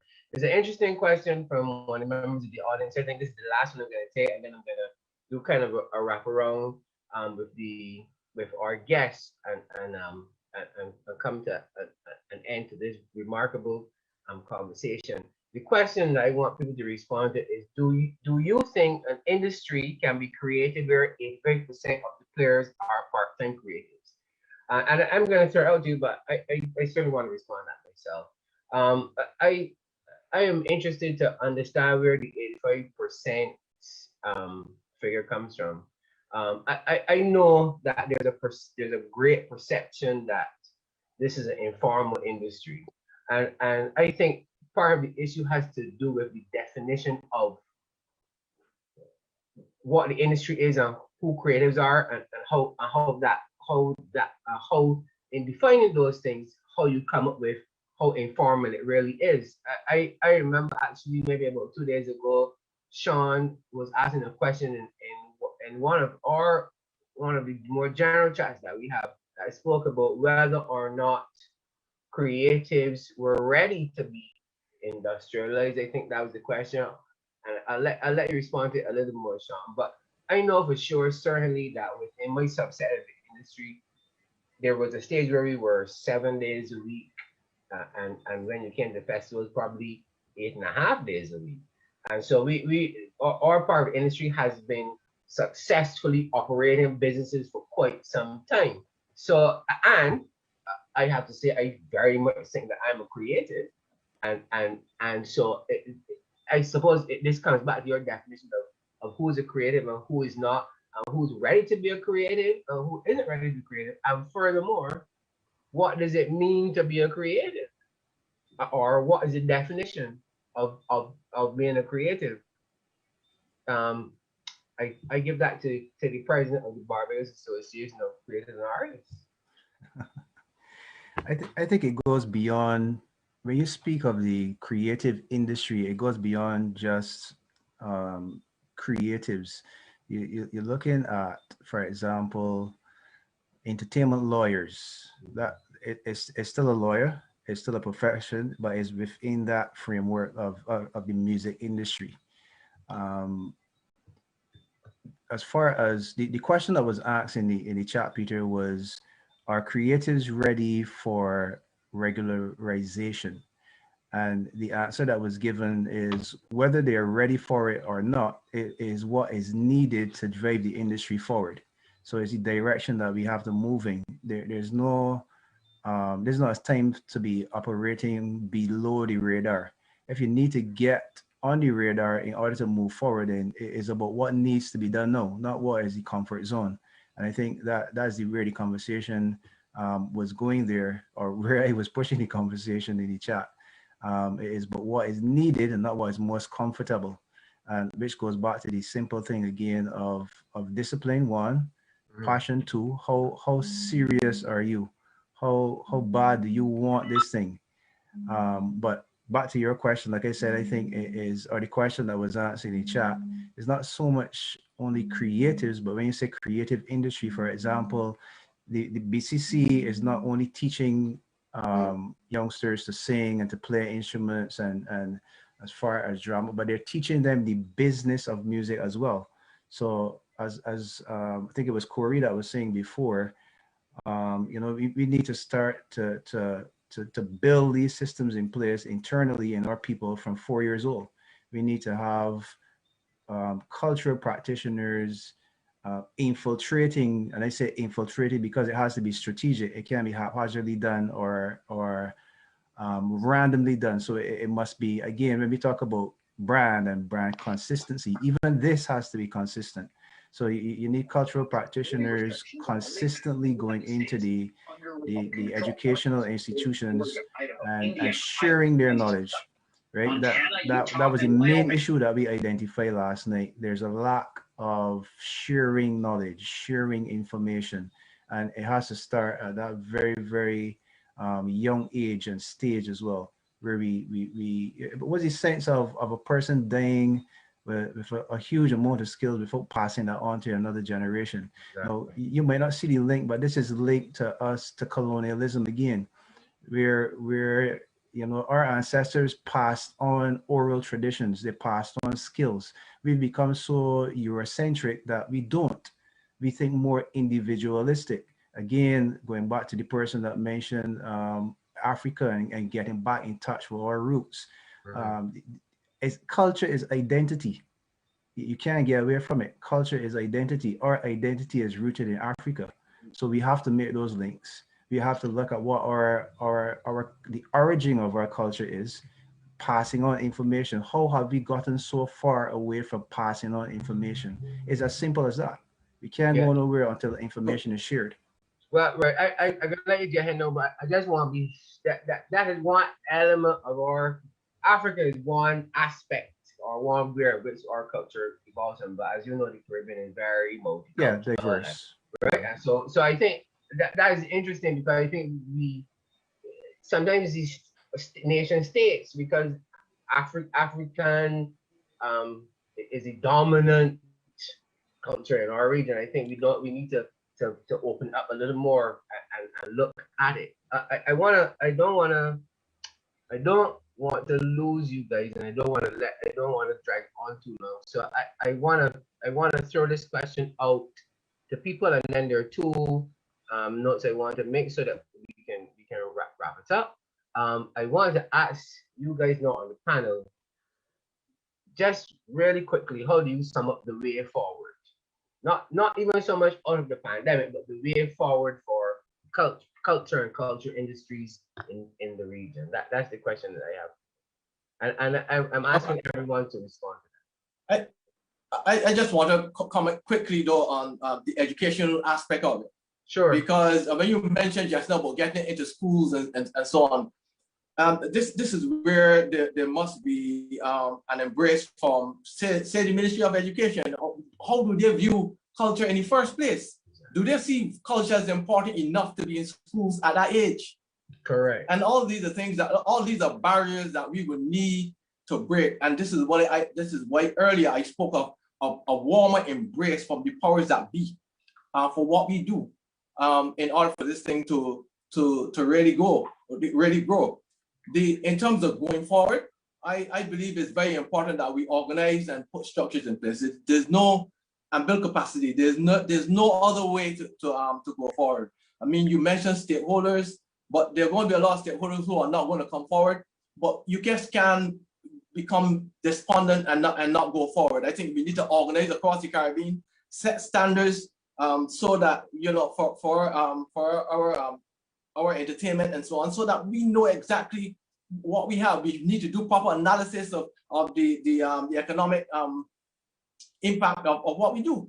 I mean, you just can't go to government asking government for help if you don't know exactly what you are, or you don't have a shape or anything like that.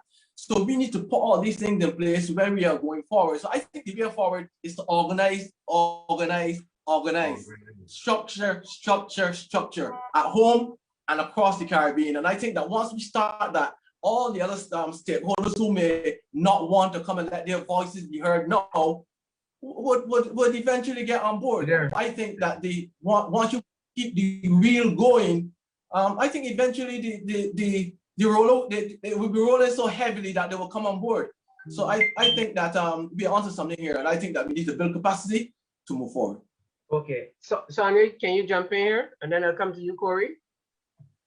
Sure. I'm just keeping my video off just to have the internet to remain stable. No problem. I don't think that there's any much more to say. I mean, moving forward, clearly we have to have innovation. Clearly we have to have strategic alliances. And in a way, you know, when Jamaicans say we're little but we talawa, it's very much about the understanding of the economies of scale, the economies of scale that don't allow us or give us an advantage in conquering the whole world at the same time. But right. Then we talawa enough that we can, through our spirit, the essence of who we are, conquer the world little by little. And I think that, you know, capacity building is very much a part of that. Everybody needs to get on board to understand who we are, what we've given the world. Jamaica, for example, is the only country on the planet to have given the world 7, depending on who you're talking to, 8 distinct genres of music in the latter half of the 20th century. That's a fact. I've gone everywhere in the world and said that, and there's nobody that contests me. And I will share with you also, some of you would know, Calypso is coterminous, emerging at the very same time as the blues and jazz. These musics that we're talking about, these spiritual traditions that have manifested into the performance practices that we have now in the genres of music are very, very much linked to a crucible, a Black Atlantic performance crucible that is much deeper than any conversation we could be having today. And I think the more we understand the seriousness of these practices and where they come from, very much a part of the capacity building is a better we're going to be able to respect not only the practices, but respect each other, be able to work together and put aside the petty problems that keep us from emerging as really formidable industries. I thank you. It's quite interesting that my mother-in-law, who has passed away, you know, she actually thought that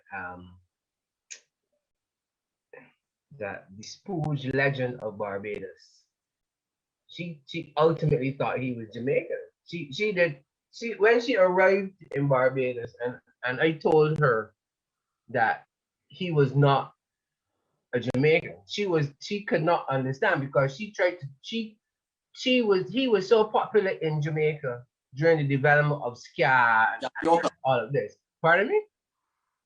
I didn't hear you. Jackie Opal. Yeah, Jackie Opal, right? Jackie Opal. Correct. And it's interesting that you raise it within the context of the Black Atlantic experience and how you how this music came out of this understanding of who we were and how we were to be able to navigate this movement from Africa to the Caribbean. And that is only one narrative, right? And I think it's important to recognize that it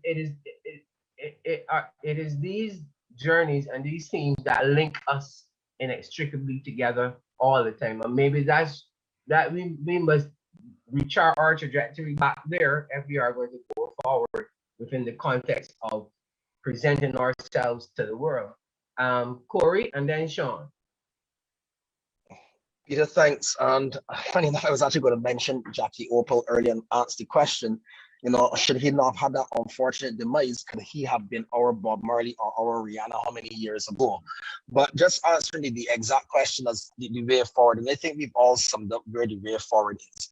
Transfer of knowledge. We need to integrate. We need to become a regional powerhouse because the strength is in the numbers. We need to build credibility around the industry. Monitoring the chat there, and I saw Stephen's comment that, you know, arts, dance, etc. are seen as extracurricular. We need to change the myth and the mindset that demotivates the youth or persons that are younger from getting involved in the industry or saying, you know what, I want to be a trumpeter, I want to be the top band player, I want to be Mother Sally when I grow up, because at the end of the day, you can provide, as you started out this entire discussion by saying, provide it for your family, etc., and create a life off of it. And if we can take away the demystifications that are surrounding the entertainment, the cultural industry, it would go a long way in carrying it forward. But at the same time, we have to understand that a lot of the issues we ourselves as cultural practitioners in our various pools are also creating, from the event planners to the artists to the producers. So at the end of the day, if we want to continue to talk about taking the industry and the business forward, we have to look and accept the things that we are doing wrong. We have to understand why the role of managers are important. We have to understand how we have to negotiate with brands and companies to get our visibility out there. We have to understand how to position ourselves. We have to understand that TAMIS or tax or whichever tax it is, at the end of the day, becomes a vital part of how the industry is created.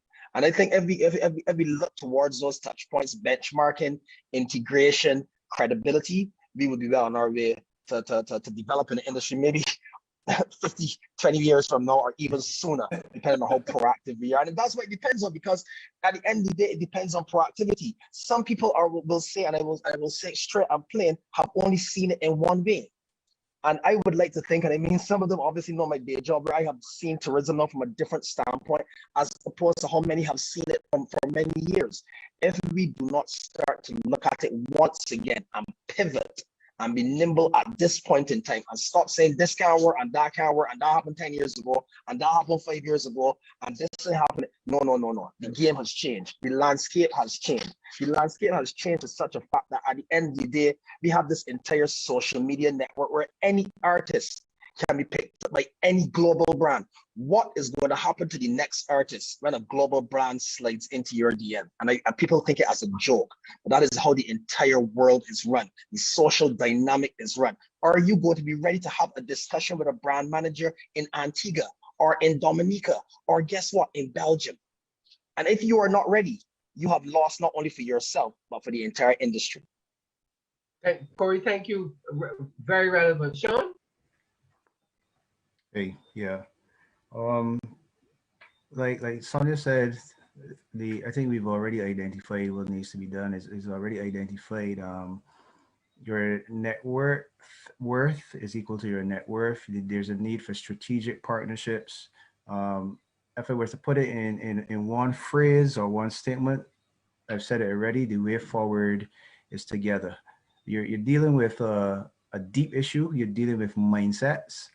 You're dealing with preservation of culture, because at the end of the day, to me, it comes down to authenticity. It comes down to identity. Do we understand who we are? What are we exporting if we're confused? And a great part of resolving that is education. Education.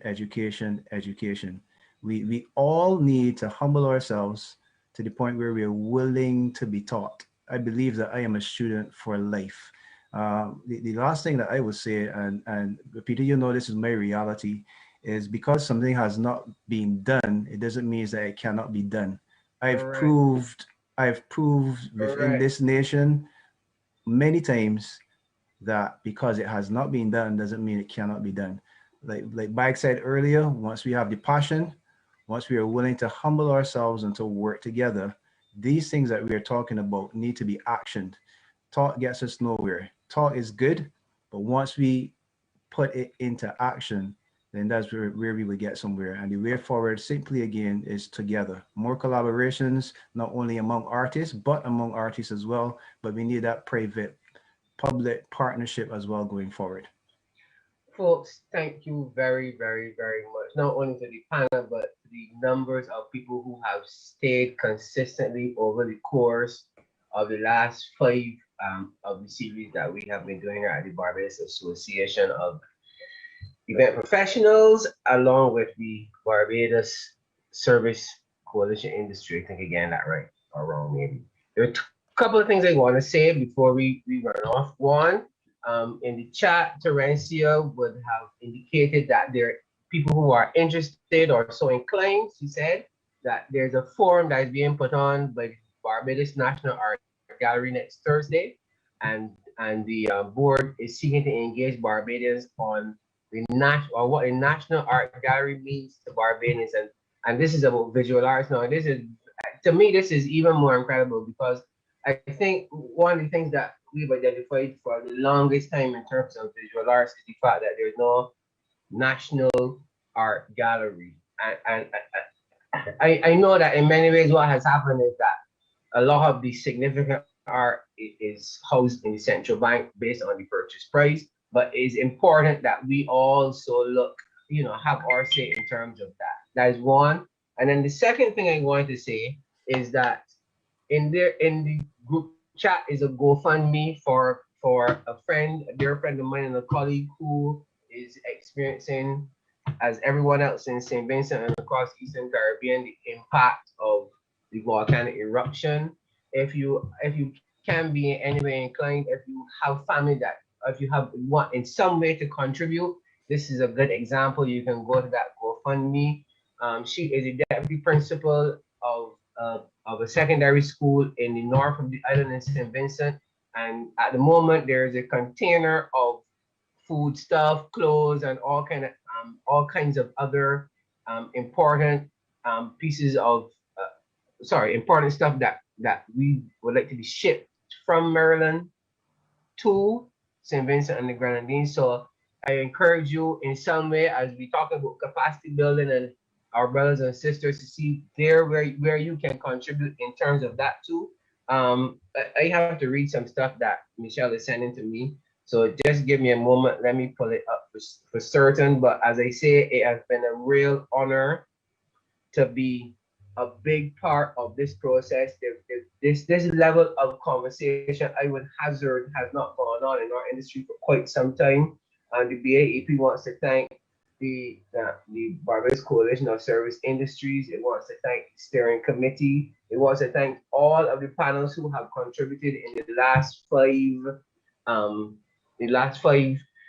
webinars, and all of the people who have felt the need to come forward and say something to add to the debate, to add to pointing out where things are.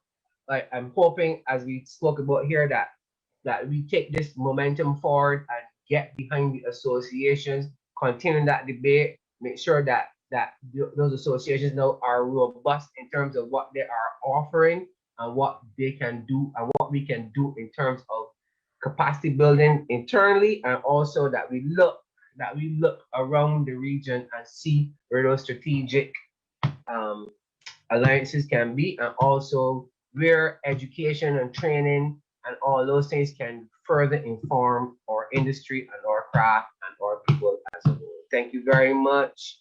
Have a good night. Normally people would say get home safely, but I imagine most people are at home this evening, so stay clear of COVID, and let's see how we can walk forward again. Thank you very much, folks. Thank you. Thank you. Thanks, Peter. Good night, guys. Thank you. Good night, Sean. Good night, all. Good night.